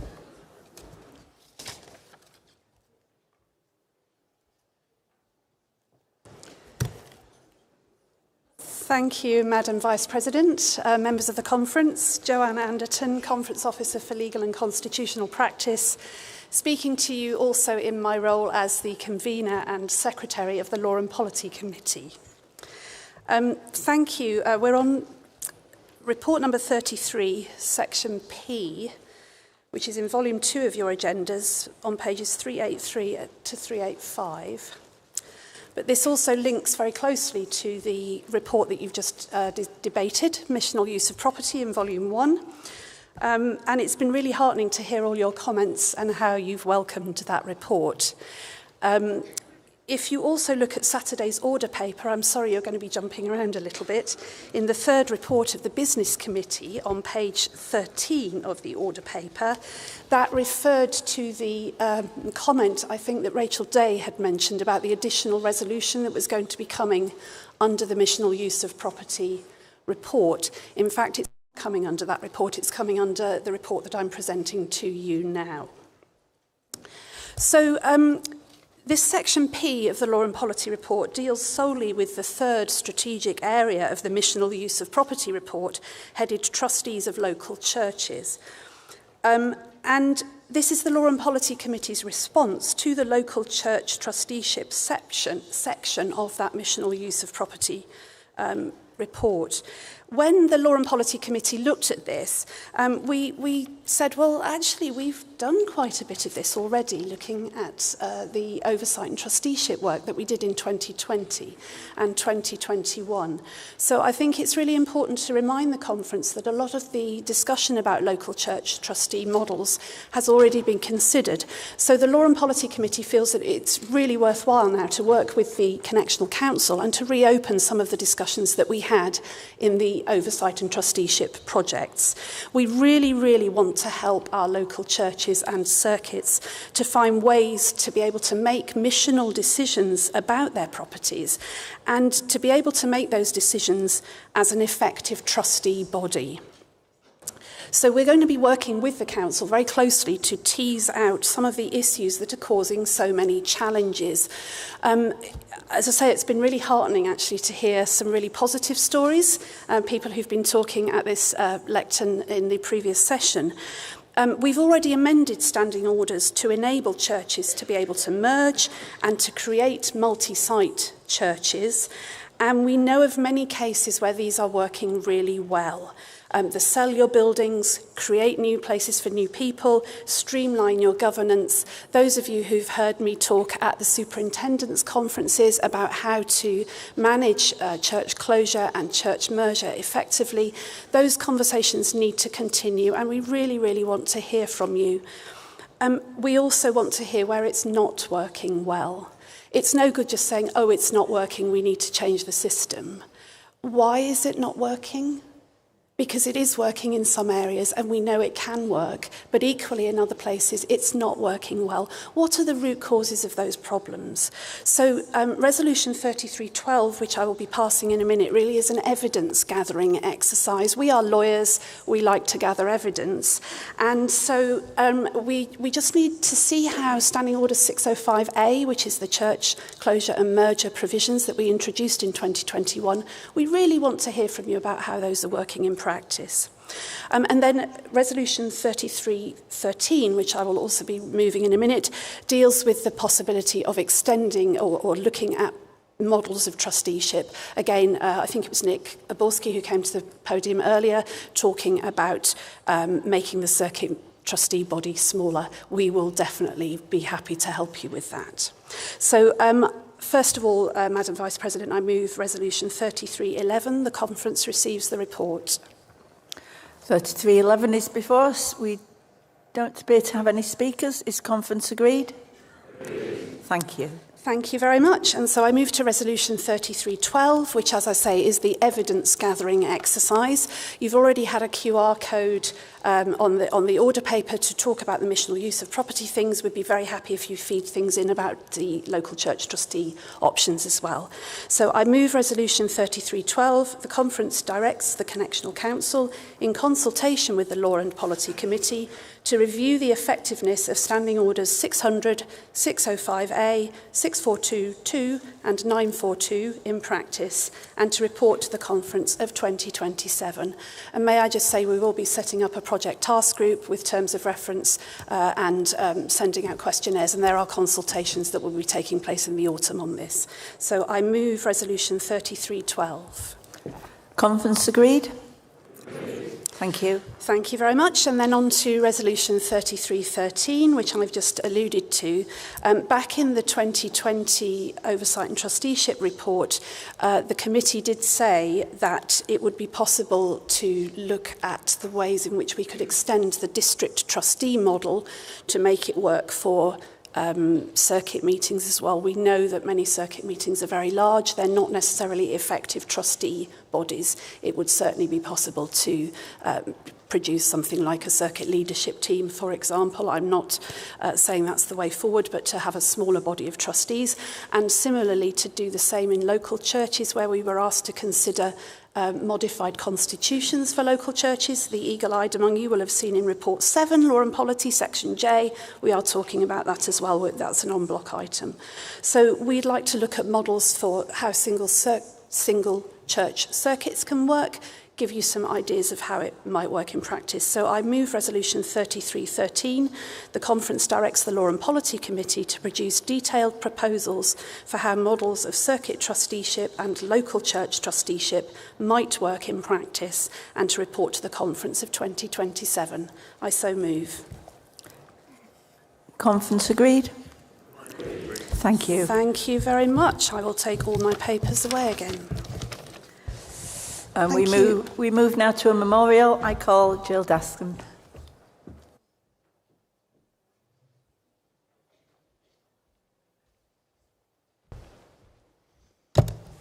Madam Vice President, members of conference, Jill Dascombe, Chair of the Memorials Committee. I bring Memorial M5, which is on page 694 of the agenda, and it's been sent in by the West Sussex Coast and Downs Circuit Meeting. And it's entitled Standing Order 943.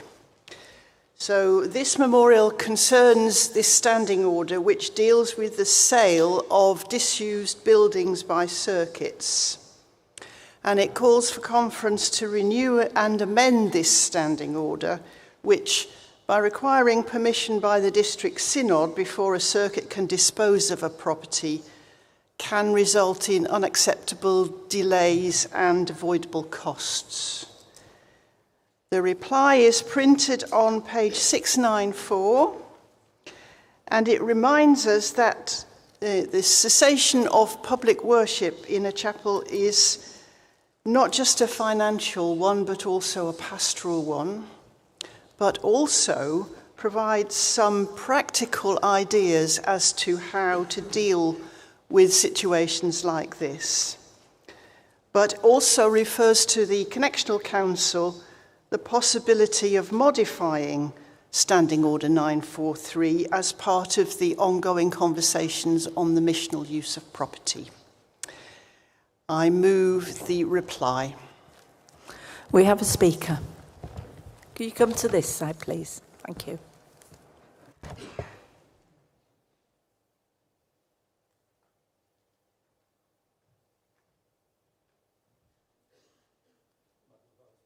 Members of Conference, Keith Walton, West Midlands District. As a District Property Secretary, one of the things that I regularly receive, I shall say moans relating to the time that it can take from the time that the Church Council decides that it's time to close the church, speaking in the terms that they usually use rather than applying the formal terms, and the point at which the property can be sold. Until I read the reply to the memorial, I wasn't even aware of the possibility in the second part of the third paragraph of page 695, synod appointing a panel from which 3 or 5 people can be drawn to form an approval group. Whilst I haven't submitted a formal notice of motion to amend the reply, may I encourage all those involved in the whole process to note that that possibility exists, pending the work of the Law and Polity Committee to bring more substantial revisions to the standing orders in due course. Thank you. Thank you. Thank you. Would you like to say any more? Just to thank you for that comment and refer it to our legal colleagues. Have we got another speaker there? Welcome.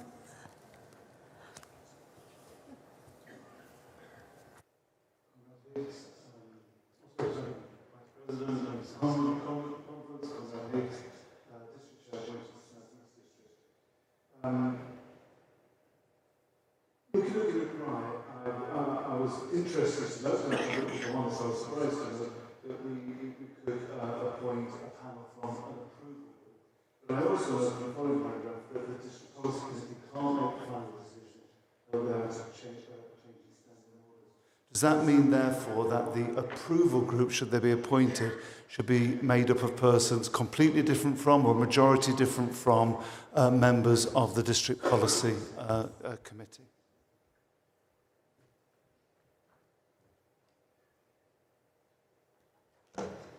The answer to that question is yes. Thank you to the two speakers for raising these issues, which is clearly an important one in many of our districts. So I move the response to Memorial M5. We'll vote by a show of hands. Those in favour, please. Thank you. And those against? That is clearly carried.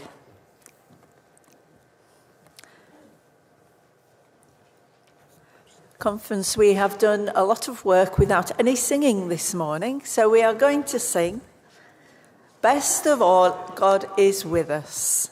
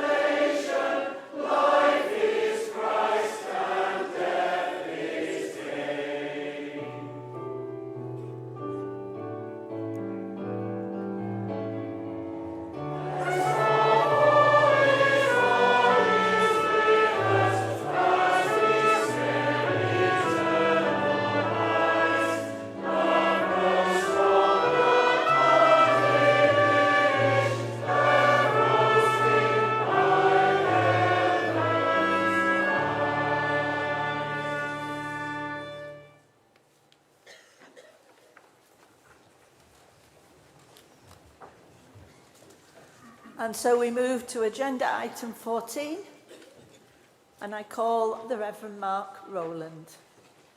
It feels like yesterday all over again.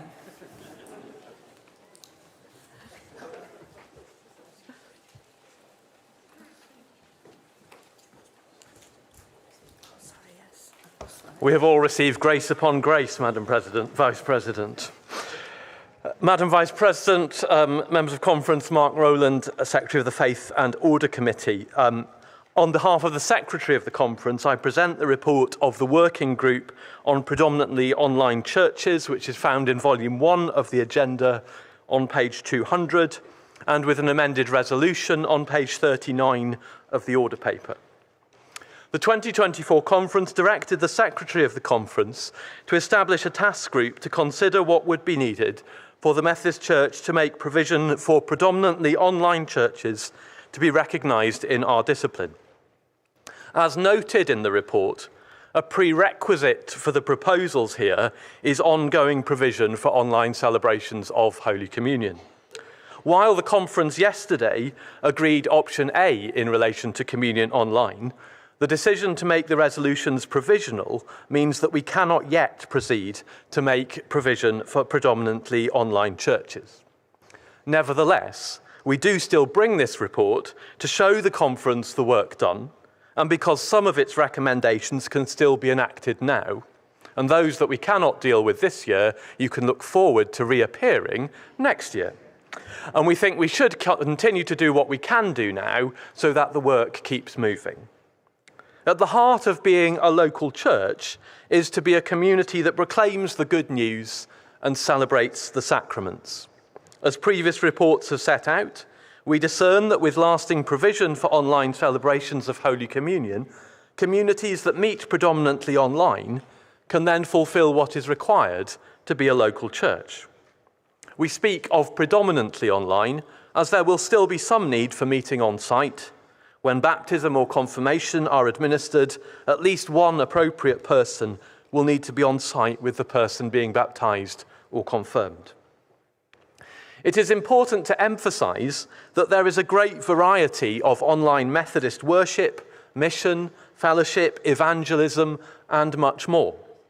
Even before we can make provision for predominantly online churches, there is a variety of ways and a variety of structures by which Methodists can and do engage online. We can proceed directly with some of the proposals of this report now, and so what I will do, conference, in a few moments is to move resolutions 14.1, 14.4 and 14.5 and 14.6 in an amended form, and then I will seek your permission, conference, to withdraw the other resolutions. So I move resolution 14/1. The conference receives the report. We don't appear to have any speakers. Is conference agreed? Agreed. Thank you. Thank you, Madam Vice President. And so I ask the conference's permission to withdraw resolutions 14.2 and 14.3. Is conference agreed? Thank you. The working group recognised that skills in leading worship online will be increasingly important. And this is true even before we make provision for predominantly online churches. The working group noted the ways in which this is already being addressed as part of formation for ordained ministry and recognised that it is critical for our local preachers and worship leaders too. Training for them should include content that addresses online worship specifically. As set out in section L of the Connectional Council report that we considered yesterday, wider work on the training of local preachers and worship leaders is in hand, and I am assured that what is proposed here can be incorporated into that. I move resolution 14/4.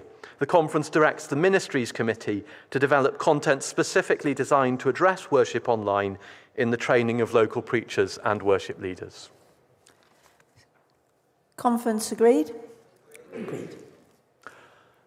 Alongside the training of new local preachers and worship leaders, it is important that existing local preachers and worship leaders have the opportunity to develop their practice and skills according to their situation and the needs of their circuit. And of course, we're fully aware that that will vary across the connection and according to the inclinations and aptitudes of different preachers and worship leaders. This is an encouragement, not a requirement. I move Resolution 14/5. The conference encourages circuits to work with their worship leaders and preachers in the development of their skills in the leading of worship online where appropriate. Is conference agreed? Thank you. Work is in hand under the oversight of the Safeguarding Committee to produce guidance on best practice for safeguarding in online communities. This report has therefore not sought to address that in order to avoid duplication of work. Although we will not yet have predominantly online churches, there will still be online communities for whom this guidance will be relevant. I therefore move Resolution 14/6 in amended form as on page 39 of your order paper. The conference directs the Safeguarding Committee to publish guidance for best practice in safeguarding for online communities as soon as possible. Conference agreed? Thank you. Thank you, Madam Vice President, and I seek the conference's permission to withdraw Resolution 14/7. Conference agreed? Madam Vice President, thank you very much. Thank you. You can remain there, actually, because we are now going to look at artificial intelligence. Thank you, Madam Vice President. And I'd be grateful if you would call Mr. Hollobon as well. Absolutely.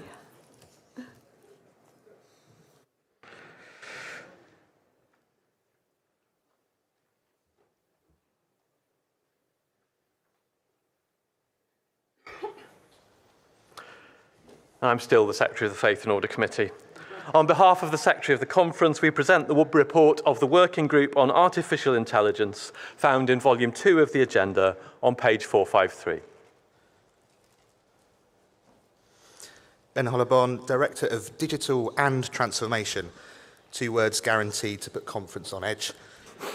The conference of 2024 received a memorial from the Cambridge Circuit, drawing attention to artificial intelligence excuse me, and highlighting a range of theological, ethical and practical questions raised in it. In response, the conference directed the formation of a working group with broad representation to examine these questions and offer reflections to the conference. Members of the conference will be aware that AI is a fast-moving area, and there is a sense that a report like this will be out of date the moment it is written. The working group has explored the topic widely, including conducting a survey of experience and attitudes across the connection. We are especially grateful to Izzy Solomon, who designed this survey and analysed the responses to it. I hope the members of conference have taken the opportunity to look at the textile artefact Izzy created, which embodies the themes. It may help to say a word about what we mean by AI and why it feels different now. In one form, it has been with us for years, quietly filtering spam emails, suggesting the next word in a text, choosing what we see online. What has changed the most is generative AI, systems that have learned from the vast amounts of human writing, speech, and images, and can now hold a conversation, draft a letter, summarize a long report, even create a picture or a voice. It is honest to say what it is not too. These systems do not understand or believe what they say. They predict the words most likely to come next and can be fluent and confidently wrong in the same breath. Fluency is not truth, and capability is not wisdom. And it is moving quickly, beginning to act on our behalf rather than simply answering us, so that none of us can say where it will be a year from now. And yet what stays with us is not its speed or its cleverness, but its likeness. How readily something with no inner life can come to sound like one of us. AI raises spiritual and theological questions, especially relating to Christian belief in humanity as made in the image of God. Our work in the church, especially in relation to the leading of worship and sharing of the gospel, is a spiritual task. To lead and to prepare for worship calls for our full attention and engagement. It is clear that AI is already being used in a variety of ways by the Methodist people. It presents many opportunities, particularly for a church struggling with workload and administration. At the same time, it presents concerns relating to truth, ethics, and the environment. The conference yesterday considered again the urgent matter of the climate crisis, and that conversation needs to be borne in mind as we have this conversation. The working group offers this report to the conference to help support the connection in engaging in this important and fast-moving area. I move Resolution 36-1. The conference receives the report. We have 36.1 before us, but before we go any further, we need to turn to the notice of motion number 105. I call Jennifer Radke.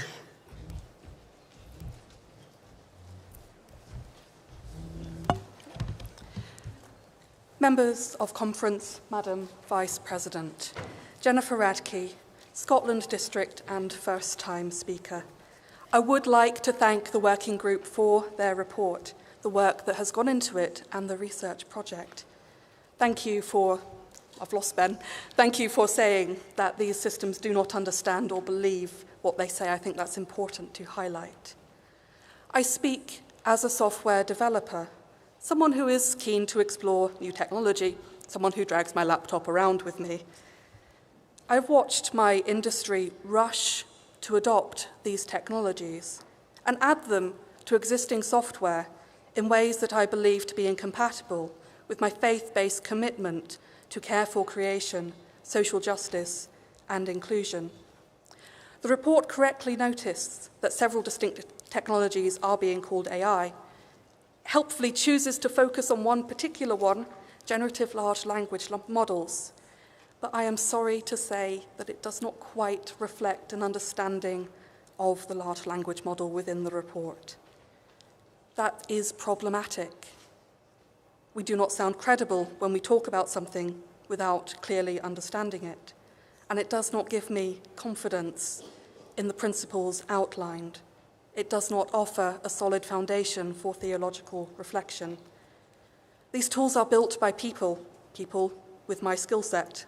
It's possible to understand and reason about them. One example, they are built from large amounts of language, and as has been said, use that to predict the next most likely word. When discussing governance, the report noticed that this is going to cover material from out with our context and cautions about bias on that basis, but is actually built into the nature of the technology, even using words entirely from our context. It reflects the biases that we already have within our society. It overrepresents those whose voices are loudest. It underrepresents those we do not hear often enough. It starts from a foundation where not everyone is at the table. And we have already seen in this conference that it's not enough to simply remove harmful language after the fact, but that we need to believe and hear people all through the process. We are made in the image of God. These tools are made in the collective image of us, one limited by our failure to hear and value all people as made in the image of God. One thing that troubled me particularly was the suggestion that we can use these tools to refine language. I find that concerning because that risks obscuring the unique way that each person is made in the image of God. That is a risk. And I note here that the requested equality impact assessment does not appear to be present. Adopting the principles in Section 7 risks being perceived by the wider world as our being generally in favour of using these tools. I've decided, given my situation, for me, in my context, to avoid the use of these tools. I had to look really carefully at these principles to find any space to hold that view, because the whole report is underpinned by the assumption that everyone seems to be using these tools already. I fear it's not sufficient to restrict our conversation solely to the impact on church leadership. We have to ask how this will be heard and used by people who have already been harmed by these tools or their development, particularly those already facing discrimination. And so I move Notice of Motion 105. Conference amends Resolution 36.1 to read: the Conference refers the report back to the working group in order that a more in-depth understanding can be brought to a future conference, and deletes Resolutions 36.2, 3, 4 and 5. Thank you. Thank you. Does your seconder want to speak or reserve? You want to speak now? Okay, and then we'll take the speeches. Madam Vice President, members of conference, Deacon John Miller from JDS Committee. I believe that it is not simply enough in giving guidance to our church as to how we use AI, that we say that it is here and therefore we need to get on board and figure out how to use it. There are significant technological, theological and ethical considerations which the church has yet to adequately address. In Genesis 11, humanity set out to make a name for itself, making use of a new technology, bricks, creating a tower to the heavens. This technology could have been used to build homes, hospitals, community centres and a temple to God. But instead, there was a race to the top to show how great we were, to show how important those early adopters were. Like bricks, AI has the potential to serve the community and serve God, or it can be used to make money and diminish the value of human lives. In the Midrash reflection on the Tower of Babel story, we are told that the bricks made for the tower were more important than human lives. And the text of the Midrash says, if a person fell and died while working, no one paid any attention. But if a brick fell and broke, the people sat down and cried, alas, when will another come to take its place? If we stumble into supporting this technology without appropriate reflection and guidance on what the impact of that technology is, then we are in danger of similarly embracing efficiency over the dignity of human beings. Judgment will be ignored in favour of speed. Ambitions will not be tempered by accountability. AI has such potential for helping humanity to heal, teach, learn, build, and increase the scope of our capabilities. However, the current focus of much of what is being pushed on society is the money-making potential of productivity gains, replacing artists, authors, administrators, musicians, poets, and preachers with disembodied bots that do not understand things like inclusive language, or seeing Christ in the face of the stranger, or feeling of the heart strangely warmed. There is a danger in adopting these principles that the wider church will believe that we support a technology that we do not yet understand. Thank you. Thank you. We have a number of speakers at the front already. Please be ready to come up to the front. And if somebody says what you want to say, please take yourself back to your seat. Let's try and be efficient. I want to hear all voices, but let's do it as efficiently as we can. Thank you. Madam Vice President, members of conference, Steve Charman, Shetland District. I rise to support the notice of motion.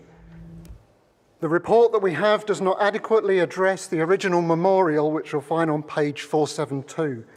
Specifically, academics and technology industry leaders warning about threats that AI brings. We are underestimating the risks involved in AI. It's not just another tool. AI is an agent. It can learn by itself, change by itself, make decisions by itself. We are all exposed to super persuasion. We all are aware of deep fakes in our news and our social media. AI is an expert in rhetoric, with AI influencers and chatbots. The risks associated with politics and society behaviour creating enrage and polarisation are a deep danger for us. The weaponisation of AI, the use of AI in military situations are a great risk. Finally, I invite you to consider, do you wear a smartwatch? If so, are you happy for the data that it collects to be harvested for use in things like healthcare provision? I support the notice of motion. Thank you. Next speaker, please. Madam Vice President, members of conference, Lydia Harrison, Yorkshire North and East District. I am fundamentally disappointed in this report and also its presentation. Predictive text is not AI. Generative AI is not predictive, as has been said in the opening speech here. There is a fundamental misunderstanding of what AI is, and that is concerning in such a report that church people will read and also misunderstand. The first issue in the report is that you've not said what the definition of AI is that they are actually talking about. It seems to be taking a very broad definition, including the suggestion that spelling suggestions are AI. My washing machine uses AI. If we decide as a church not to use AI, I fear that I may smell in church. Generative AI is described in the report as making new content. This is not the case. It uses up information that it's gleaned, sometimes without permission, off the internet and makes it into a document that looks new to you. The AI models have been trained on these things, and it is not a new creation. The environmental impact of AI is barely touched upon. The energy usage and water uses are significant, and there are numbers of reports which could have been referenced. For example, even a statement from Microsoft which says it has now completely abandoned their net zero promises because of AI. This is not in line with our Methodist principles. There is also a gap in the understanding fundamentally of this report in many other ways, and if you wish to talk to me about what I think, please do, because my light has just gone red, unfortunately. Thank you, Lydia. Next speaker, please. Madam Vice President, members of conference, Jenny Lockett, North West England District. I'm speaking in support of the notice of motion, largely because I was disappointed by the report. I was very interested to read it. As a young person, I was excited that you were talking about an issue which people my age think a lot about. You spoke a lot about various points about AI. You spoke about energy usage, water usage. You spoke about large language models. However, I was disappointed because you missed significant issues. You spoke about the policy and not the people. I will speak about one thing mainly, well, no, two things mainly. The first being the human impact of this. These massive data centers are being built to support that, and they are having an impact on people around the world. People are turning on their taps for water and not getting any because it's being used for these big buildings. And I've got an orange light. The other thing is that the large language models are normalizing our cultural power. They take the most often used kind of ideas, and it does not lift up the marginalized voices. If we let the churches use this, they can be in danger of not lifting up marginalized voices. I did a test. I asked AI to give me an image of a Methodist minister, and it gave me a white, male, middle-aged man.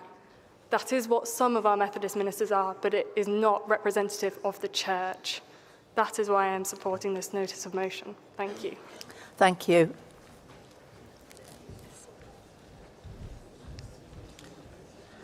Madam Vice President, members of conference, Henry Chung, South East District. Firstly, I'm so pleased that Mr. President used the AI-generated image on Sunday. There is so much AI-generated content on social media can be confusing and sometimes even dangerous. However, AI is a very important tool for me over the past year or so. As a non-native English speaker, it's helped me enormously in my daily life, my work, and my church life through translation, grammar, and so much more. For example, AI helped us translate our safeguarding training materials into Cantonese. That said, as we all know, AI has both advantages and disadvantages. It all depends on the information we put into the system and how we choose to use it. For me, AI is a tool, not a replacement. It cannot replace pastoral care, human relationships, or prayer. As AI becomes part of our daily life, it's important that guidance or training are available so that we can use AI safely and responsibly. AI has helped to build my confidence in every aspect of my life. Thank you. Thank you so much. Madam Vice President, members of the conference, Rajpata, Northwest England District. I'm really glad that the Methodist Church, as a Methodist Church, are engaging on artificial intelligence because of the rapidly changing technology, not with fear, but with theological imagination. As was already said by my previous speakers, whose intelligence is shaping artificial intelligence? AI systems are trained on knowledge, language, and histories that privilege the powerful, often silencing the communities of color, migrants, and global south. So therefore, our Methodist response must be more than ethical. It must also be prophetic. Alongside principles of transparency, accountability, and privacy, let us commit ourselves to digital justice in the context of digital colonialism, extracting data from the many while concentrating power in the hands of the few. So for me, the guiding theological question should not be what AI can do, but what kind of neighbors are we becoming through AI? Technology is a gift when it enables human flourishing, but it becomes an idol when efficiency replaces empathy and automation replaces solidarity. Thank you very much. We're just going to take the speakers that are currently at the front, so nobody else to the front, please. Madam Vice Chair, Conference, David Matthews, member of the Connectional Council. I've been interested to hear what everything has been said from the podium here and agree entirely with everything that has been said. So why am I standing here? I'm standing here because I oppose this notice of motion. And the reason that I oppose this notice of motion is that the 9 bullet points simply don't encompass nearly enough of AI. My watch recently, while I was on the telephone talking about some complex diabetes matters, announced, "I'm sorry, I don't understand that." And this is AI on my watch. Now, what the conference has been asked to do and pass is to have a huge report on AI. There are 9 bullet points here, but I could extend this to 18. And the fact is that we've got a limited capacity to do the work. And you will see that the original motion under 36.3 says the conference directs the Connectional Council in consultation with the Law and Polity Committee, the Justice, Dignity and Solidarity Committee, and those working in the church environment to ensure that there's appropriate guidance. So what we need to do is to refer this to the Connectional Council, which is what is put forward to you under 36.1 et sec. This notice of motion imposes a vast amount of work on something that we are not expert in, and will simply mean that we have another meeting next year with a vast report and a huge amount of resources spent. Now, the fact is that AI is important.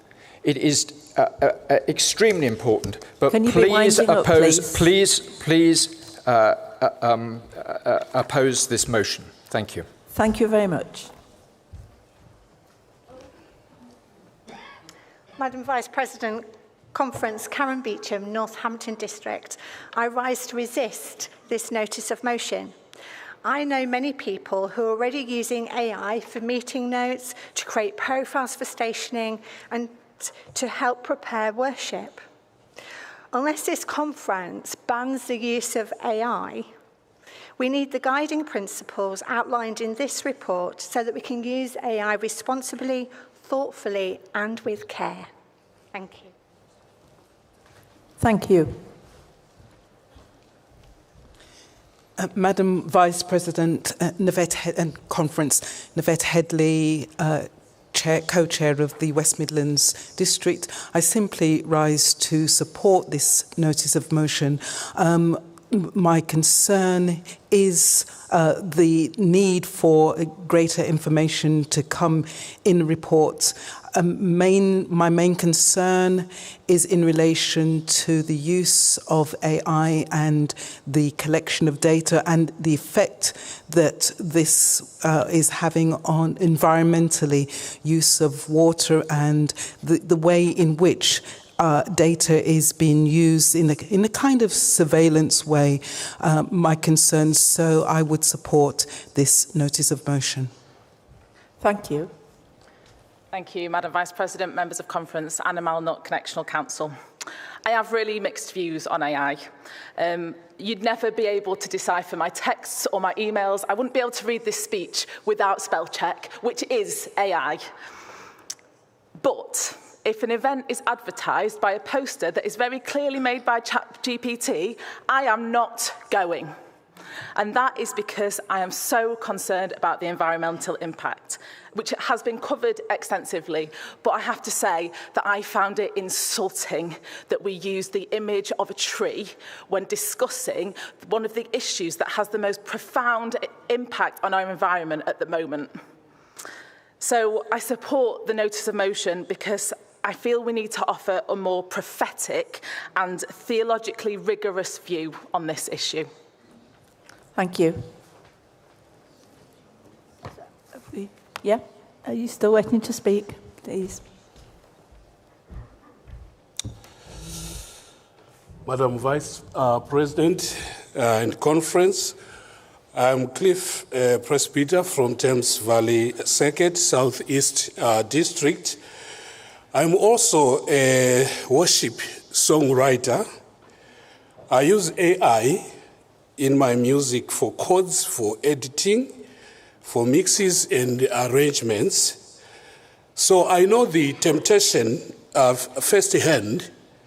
AI can make me faster, but it can also make me less.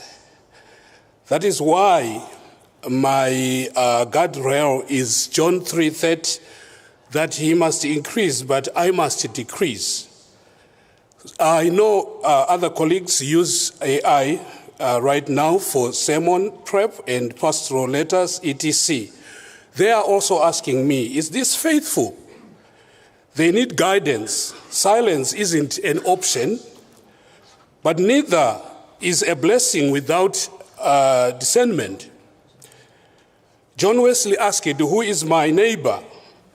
Today, AI's neighbor include the child mining minerals, the worker labeling data for low pay, and the teenager targeted by deepfakes. The current report helps us internally, but it doesn't show we have counted the cost to creation, to the poor, to truth itself. I'm not anti-AI, I'm pro-discernment. I want the church's wisdom because I need it too. That is why we need an equality impact assessment. Loving our neighbor isn't bureaucracy, it's holiness. But I also fear leaving our people unguided for another year. So I ask Conference, as we refer this back for the deeper work, that we can ask the working group to commend maybe Section 7 to the Methodist people as interim guidance while that work continues. Thank you. Thank you. And the last speaker. Thank you, Madam Vice President. My name is Mike Long from the Connectional Council. I find the aims of this notice of motion laudable, but I think on balance I'm inclined to urge conference to vote against it. Really on the question of whether such a process will help us do what we want to do, in terms of the time it will take, the resources that will be expended in what is an incredibly fast-moving matter. And I would simply urge us, if we do pursue this or if we don't, to consider the work that is being done elsewhere on this issue, not least by our ecumenical partners, and direct conference's attention, if you're interested, to a very recent publication by the Church of England, their journal called Crucible, which devoted an entire issue to this important matter. Thank you. Thank you. Mark and Ben.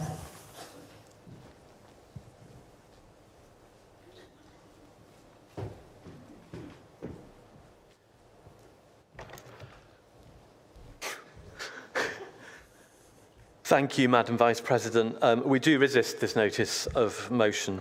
The conference directed the working group, I quote, to identify the issues that should be explored by the Methodist Church, including in their consideration those raised by the circuit meeting, and to offer reflections, guidance and policy proposals to the conference. This explicitly entrusted the working group with the task of discernment as to which issues to explore, and then to bring reflections, guidance and policy proposals. This is what our report has done. In fact, the notice of motion itself admits that the report has addressed, I quote, most issues raised in the memorial. I want to remind the conference that by the terms of Standing Order 131.17c, which is on page 9 of Agenda Volume 1, a resolution to receive a report does not imply, quote, any endorsement by the conference of any statement, opinion or recommendation in the report.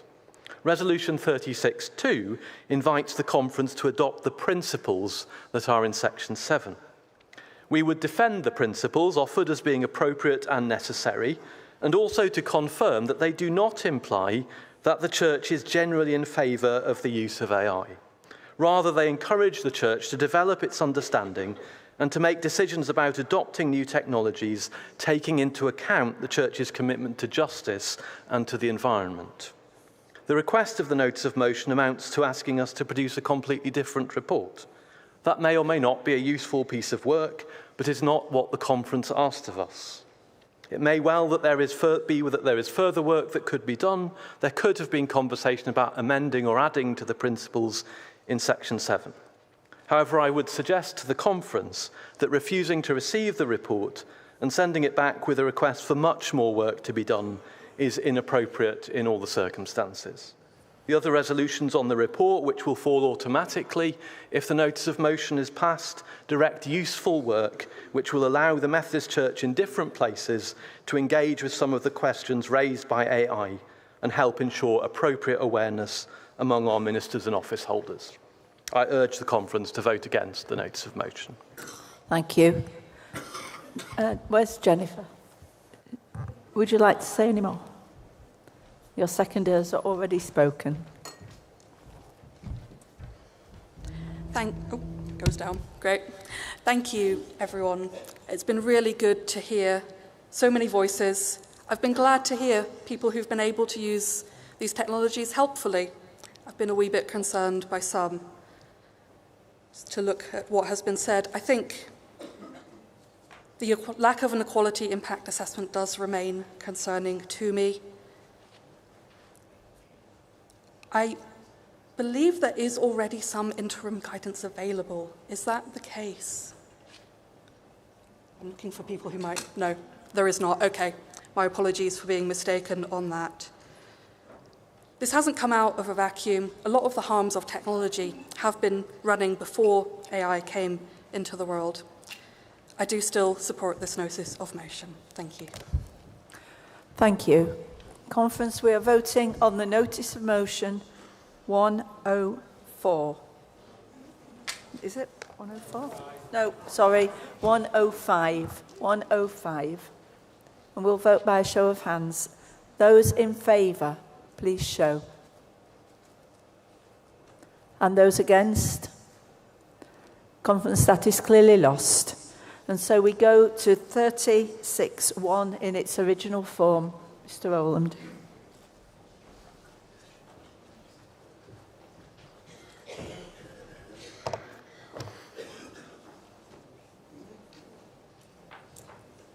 I believe I've moved the resolution, Madam Vice President, so I think we can proceed straight to vote on it. Thank you for the reminder. Conference, we have 36.1 in front of us. Those in favour, please show. And those against? That's clearly carried. Thank you, Madam Vice President. While it is impossible to set out rules that can fully govern Methodist use of AI, the working group has offered a set of principles to be considered, which can help guide decisions about how and when AI, and if, for that matter, AI can be appropriately used. These include highlighting the importance of maintaining human engagement, appropriate use and protection of personal and confidential data, as well as the Church's commitments to justice and to the environment. I therefore move Resolution 36/2. The Conference adopts the principles in Section 7. We'll do it by a show of hands again. Conference, those in favour, please show. And those against? Clearly carried. Thank you. Specific guidance will be needed in connection with different areas of work across our church to ensure that any use made of AI is appropriate and in line with the church's commitments and beliefs. It would not have been possible to produce all of that as part of producing this report. I therefore move Resolution 36/3. The Conference directs the Connectional Council, in consultation with the Law and Polity Committee, the Justice, Dignity and Solidarity Committee, and those working on the Church's environmental impact, to ensure that there is appropriate guidance available across the connection. 36.3. Those in favour, please show. And those against? That's clearly carried. It will be important that those who exercise the ministries of the Church, both ordained and lay, are appropriately aware of the implications of AI and its use. I therefore move Resolution 36/4. The Conference directs the Ministries Committee to consider how material on the theological, ethical and practical implications of AI can be included within training for ordained and lay ministries. Thank you. We have two speakers. If you go that side and Tracy that side. Thank you. Madam Vice President, Hannah Bevan, the Bristol District. It seemed quite shocking to me that in 3.3 it said most commonly this involved preparing sermons, and it felt like this was more normalised than the slight caution mentioned in Principle 7.2, which doesn't really seem to say enough. It talked about the theological preparation, but not necessarily warning against writing sermons using AI. As a student local preacher who's currently struggling/slogging through the course assignments, it was disheartening to learn that active ministers are not only using, but publicly admitting to using AI to create their sermons. Does this mean that I can just use AI to pass my local preacher study course? Or am I working to those hard standards that we talked about yesterday, only to stop that when I pass and use AI instead? Thank you. Thank you. Next speaker. Madam Vice President, members of Conference, Tracy Darling, South West Peninsula District. Tertullian of Carthage, when commenting on the colour of women's clothing, said, "That which he himself has not produced is not pleasing to God, unless he was unable to order sheep to be born with purple and sky blue fleeces." As someone who prefers molecules to metaphors and the periodic table to poetry, I have a particular interest in science and theology, particularly chemistry and theology, which I know is probably quite niche. Chemistry focuses on creating new things rather than studying the origins of the universe or evolution like biology and physics. Sections 4.4 to 4.7 of the report talk about creation, scientific understandings, and theological accounts of creation. My request is that when material is produced, not just for the training of ordained and lay ministries, but hopefully for the wider church, that the ethical and practical implications of AI are considered in light of the perspectives of science and theology, the particular questions that these raise. This may help those like me, assuming it's not just me, who want to explore the AI topic more deeply in relation to science and creation. Thank you. Thank you. And we've got a first-time speaker at this side.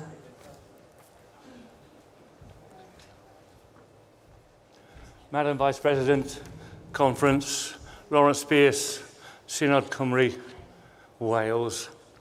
As a local preacher and a secretary for my circuit, I'm very pleased that there are people working on AI, because I personally am quite afraid of what AI can do to lives. And I'm pleased to hope that we will continue to investigate the implications of artificial intelligence on our lives and on the lives of the people that we serve. And I commend the work they've done. Thank you very much indeed. Bye. Thank you. One more speaker.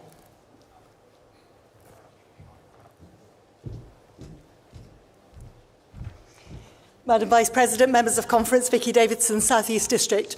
When I was a little girl, I had a piano teacher who would not allow me to do the easy play versions of great classics, which I thought was desperately unfair. And so at the age of 12, having some birthday money, I went and bought myself the easy play version of Scott Joplin's The Entertainer, which is the one that goes da-da-da-da-da-da-da-da. Okay. And that was great. And I learned it and I played it. It was my party piece, and I can still play it entirely off by heart. I realised that my piano teacher was entirely correct, because I've never bothered learning the proper version. Why would I? I get the tune, I get the fun. And I think one of the things that we need to be aware of as we continue, and people are using AI all the time at the moment for creative, for generative work, is the understanding that if we are not truly creating things, we run the risk of losing the ability to be creative, one of the major ways in which we're made in God's image. Thank you. Thank you. Mr. Rowland.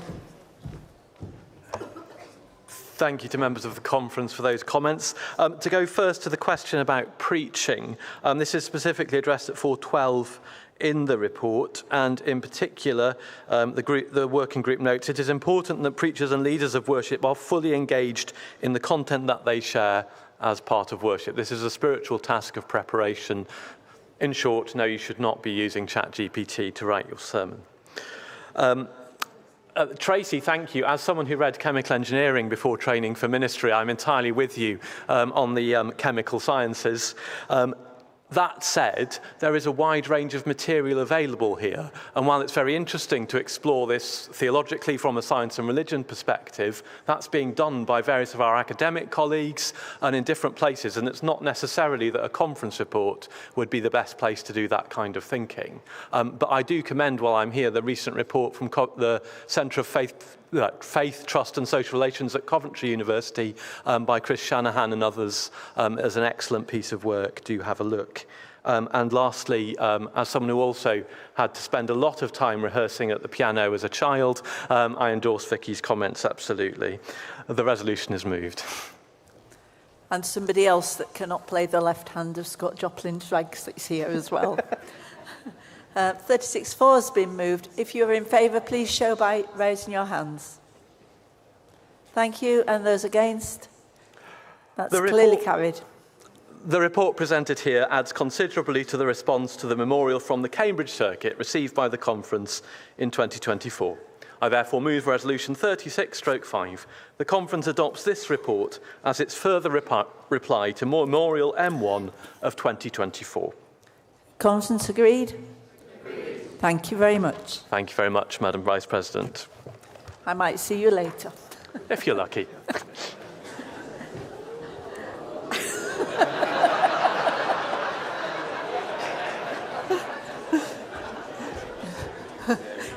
We move to agenda item 32, are in the hands of the Secretary of Conference.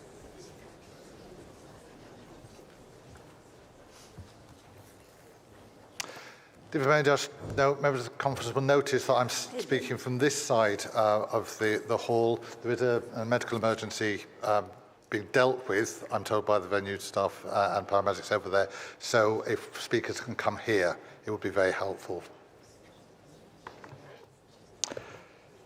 Madam Vice President, I present the final part of the Council report, beginning on page 361 with resolutions on page 370.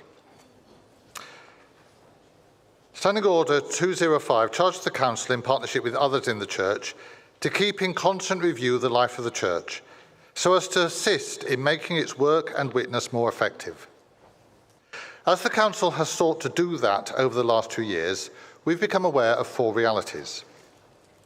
One is the reality of decline and the effect that that is having on the connection. We cannot therefore ignore the fact that we have fewer resources, and that most significantly means fewer people, than we had. The second is the reality of compliance, both within and on behalf of the Church. Combined with the first reality, we're left with fewer people being asked to undertake more tasks.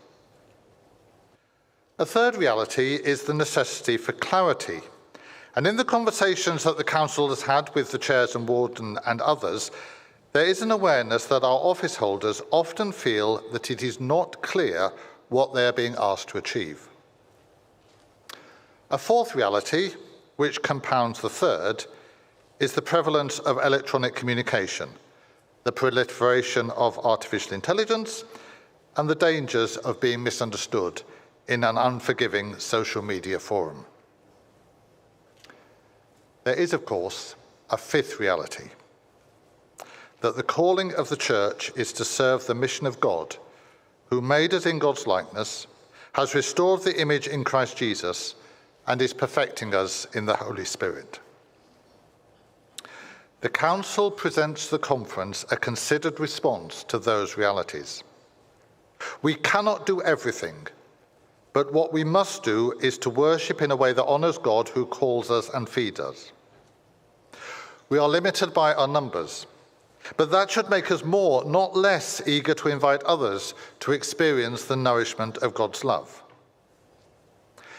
If then growth and worship are the heart of our strategy, we need to support those who lead worship and those who evangelize, both by caring for each and everyone and by ensuring that the infrastructure of the organisation in which they serve supports them rather than them supporting it. As the technological revolution is not going to place itself on pause for our benefit, we need to embrace new forms of communication as tools for mission and ministry.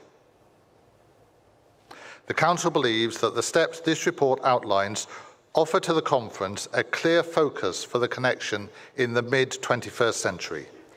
I commend it to the Conference, and I move Resolution 32/1. The Conference receives the report. Thank you. We have a speaker.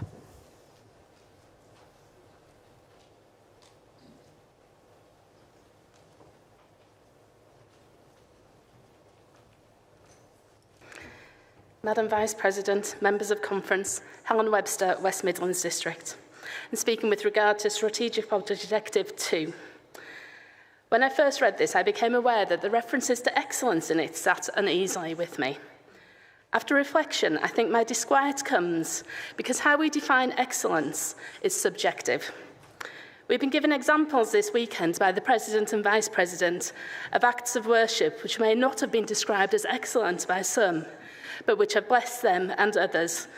And I think we need to be careful that in talking about striving for consistent excellence, we don't disempower and end up excluding those who don't feel good enough or who we don't consider good enough from participating in leading worship. Whilst reflecting on this, I came across an article by Reverend John Swales, an Anglican vicar in Leeds, which resonated with what I was feeling. He writes about how the consistent push for excellence in church life can, if we're not careful, place a quiet but heavy burden on staff and leaders, creating a cycle of ongoing critique and low-level disappointment, and how it can work against authenticity. He goes on to suggest that rather than locating excellence primarily in performance, We could instead aim to locate excellence in love, in the way we notice people, how we listen, the space we make, the time we give, the dignity we offer, and in how people are held. I'm not asking for changes to be made or saying that we shouldn't do our best, but just asking that when we talk about excellence and present this objective, we are cautious and reflective about what we mean by it, so we can try to encourage excellence in a way which empowers rather than disempowers, and present acts of worship in the way described in the penultimate paragraph of the objective, which I think is a wonderful description. Thank you. Thank you very much. Yeah. We can actually use both sides. Go that way now, but we can use both now.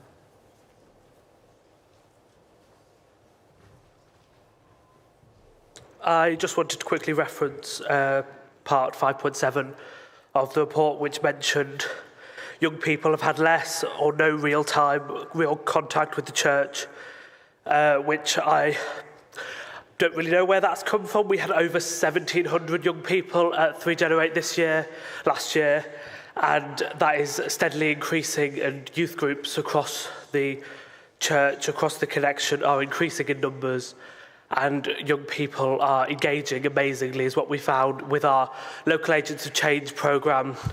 Young people are really engaging with their church and with their local communities in ways that I don't think this report says. Thank you. Have we got one more speaker here? We have. Thank you. Madam Vice President, Rebecca Ainsworth from the North West England District. Thank you for this report. I was just having a quick look through and noticed the change area 2, which is the top of page 366, and it speaks of freeing up the laity to work alongside our ordained ministers in mission. And I wonder whether in a church which has a decreasing number of ordained ministers, maybe it should be the other way round, and our ordained ministers should be working alongside our lay folk in mission. Thank you. Thank you. Mr. Secretary, do you want to respond? Thank you.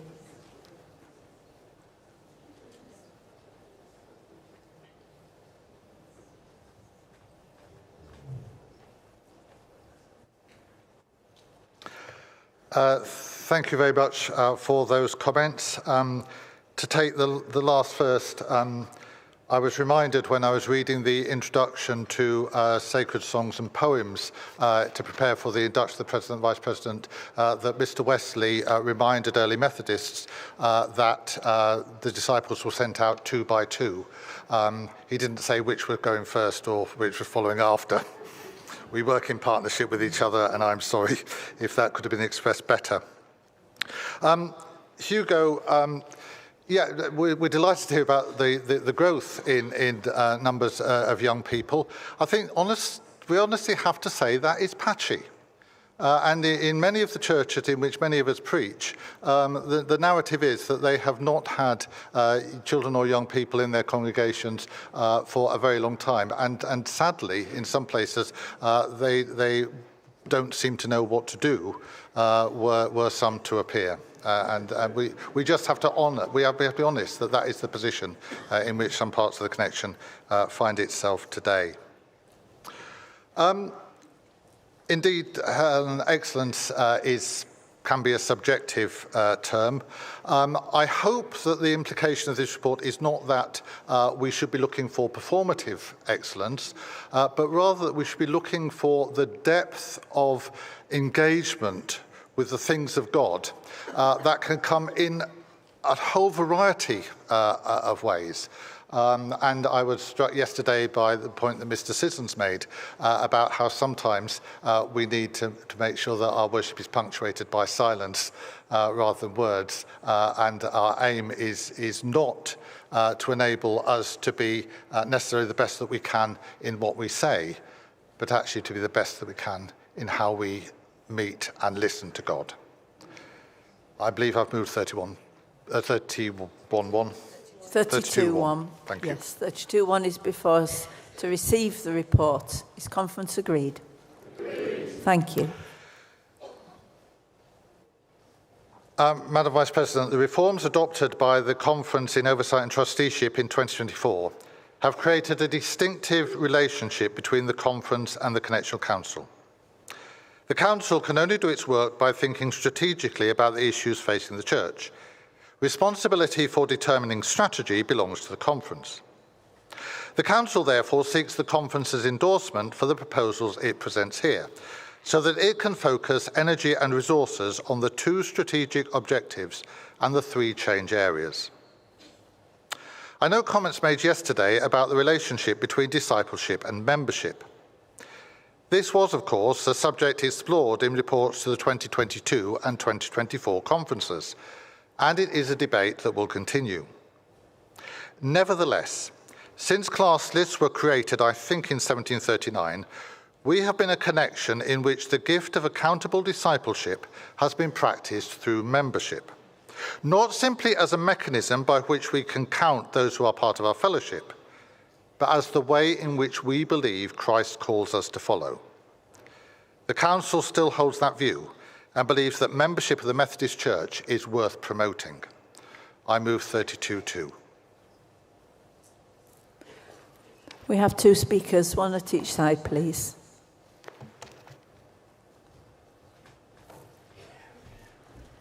Madam Vice President, members of conference, Joe Rand, Sheffield District. I just want to comment on strategic objective 1 on page 362, growing membership and Methodist community, and I absolutely support making growth of our discipleship one of our objectives.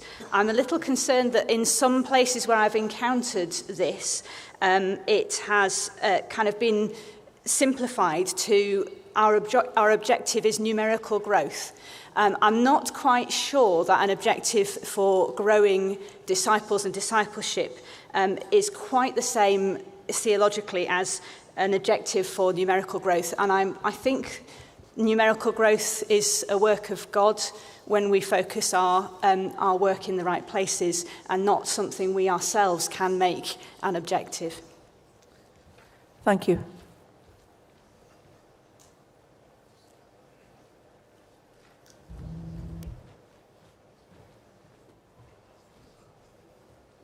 Madam Vice President, members of conference, Ruth Dawson, North West England District.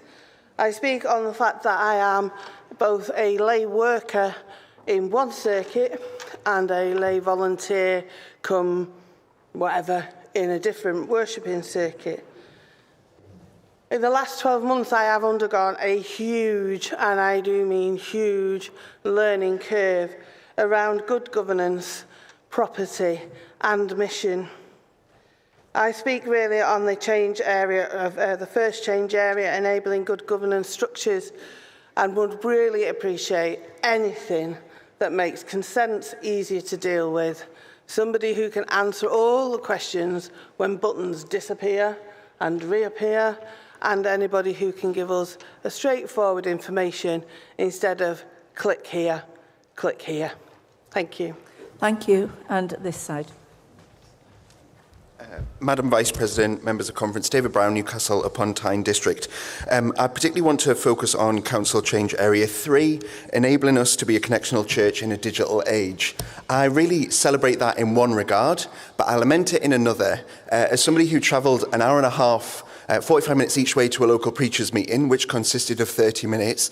The reason that meeting was in person was there were 3 individuals who did not have Wi-Fi in their home, which would enable them to join online. It's all well and good that we generate more and more resources and equip people to access things in a digital age, but we need to be able to equip them to do that also. So in the resources that we create, we also need to think about those and how they will access it. Give our ministers lots of resources online, but as they signpost their local members or those individuals for whom it's relevant, I don't have Wi-Fi, I don't have access to an email, I wouldn't know where to find that. So we need to think about the whole journey, not just making the resources available in a digital context. Thank you. Thank you.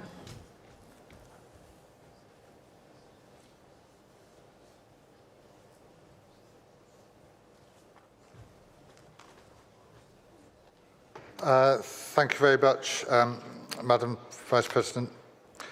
Of course, growth is the work of the Holy Spirit, and I hope nothing in this report implies that we are not that we are denying that. However, we also believe that God's Spirit works through God's people, and that God wants more of God's people to know and to love God. The way in which we have done that is by recognising those who have come into membership in the life of the church as an expression of their discipleship. So I take the point, but the Council is still persuaded that actually, given the reliance we have as a membership organisation on membership, this is an appropriate objective for us to pursue. Yes, we're utterly committed to making consent processes easier, and we're doing considerable amounts of work on that. We acknowledge digital poverty, but the world is changing, and we are trying to plan for a world in which increasingly things are being done digitally. But you know, the Council will not lose sight of the fact that we are not there yet, and not everybody has equal access, and that's been recognised.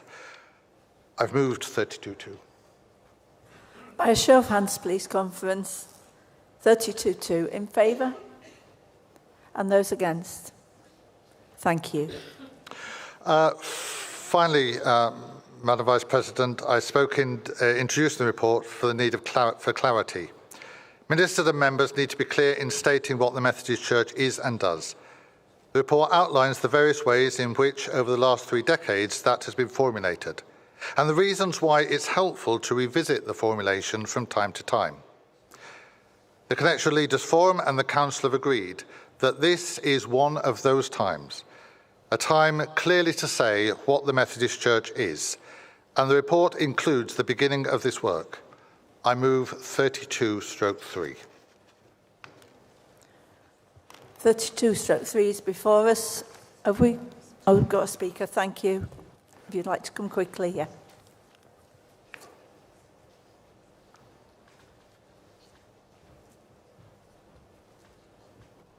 Madam Vice President, members of Conference, Andrew Pottage, Southampton District. I wish to thank you, Mr Secretary, for this part of the report and make the following brief observations, if I may. In Section 5, we've gone from having very few strategic indicators and drivers to many. They're all very good. Could they be streamlined and, if used in the revised Our Calling Statement of Purpose, explained how they fit together and relate to each other? Secondly, the whole part of Section 5 of the report is fascinating, and given we now have church, circuit and district mission plans, isn't it time we had a connectional mission plan? And could this be the basis for the start of the work for this? And thirdly and finally, every year we have a lot of time spent on prayer and preparation for the Vice President and presidential addresses. Is there some way that the key theological lessons from these being used, not just in their year of inception, but beyond, to help and enable the strategic direction of the Church going forward? Thank you. Thank you. Mr Secretary.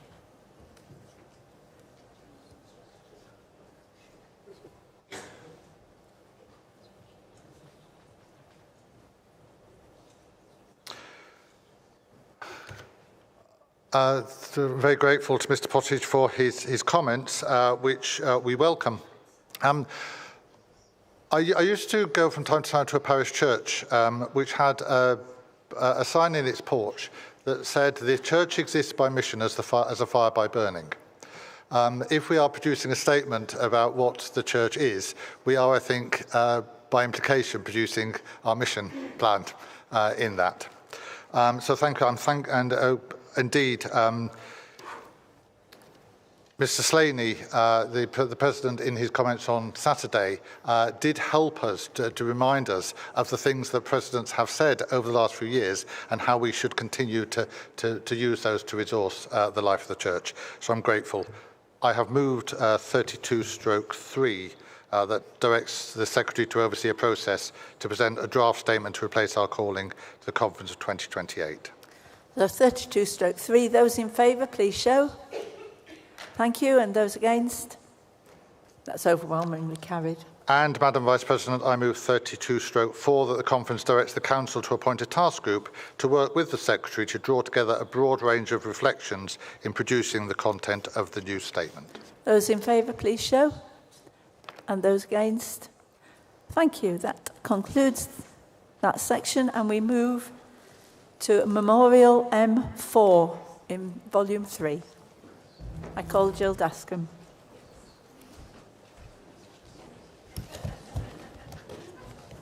Madam Vice President, members of Conference, Jill Dascombe, Chair of the Memorials Committee, present Memorial M4, which is on page 692, which comes to us from the North Bedfordshire Circuit meeting. Thank you.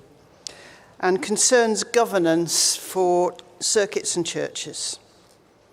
This memorial refers to the increasing burden of mandatory policies, procedures and compliance requirements being placed upon churches, circuits and ministers, which is proving overwhelming and impeding such things as the sharing of the gospel and pastoral care and community involvement. So the circuit meeting asked for simplification and streamlining of administrative expectations, help and support for churches and circuits, and a consultation with grassroots before more policies are made.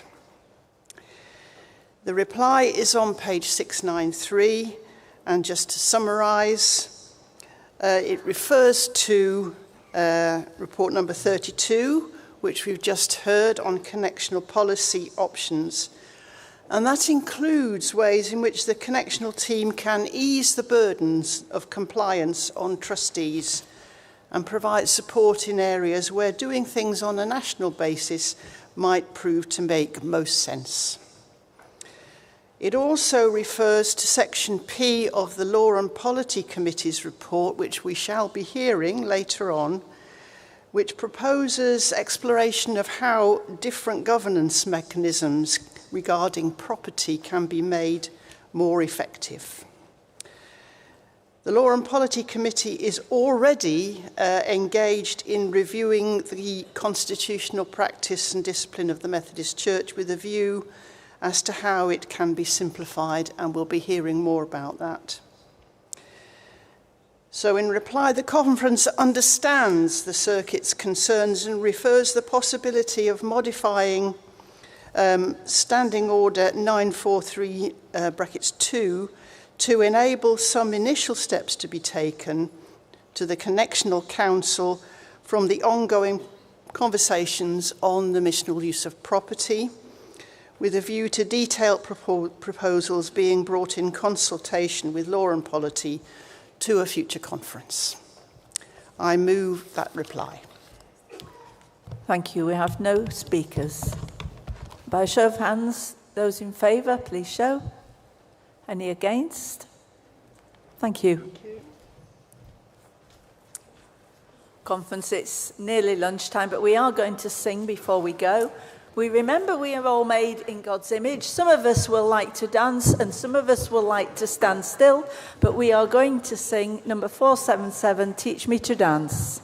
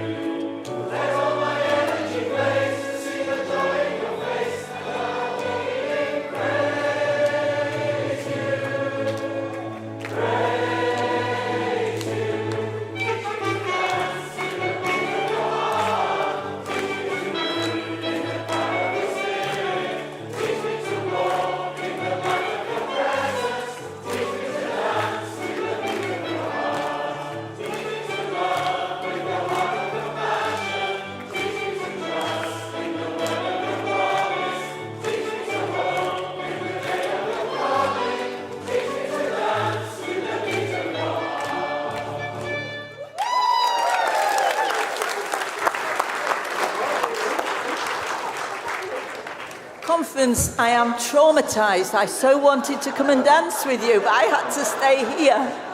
Conference is adjourned until 2:15.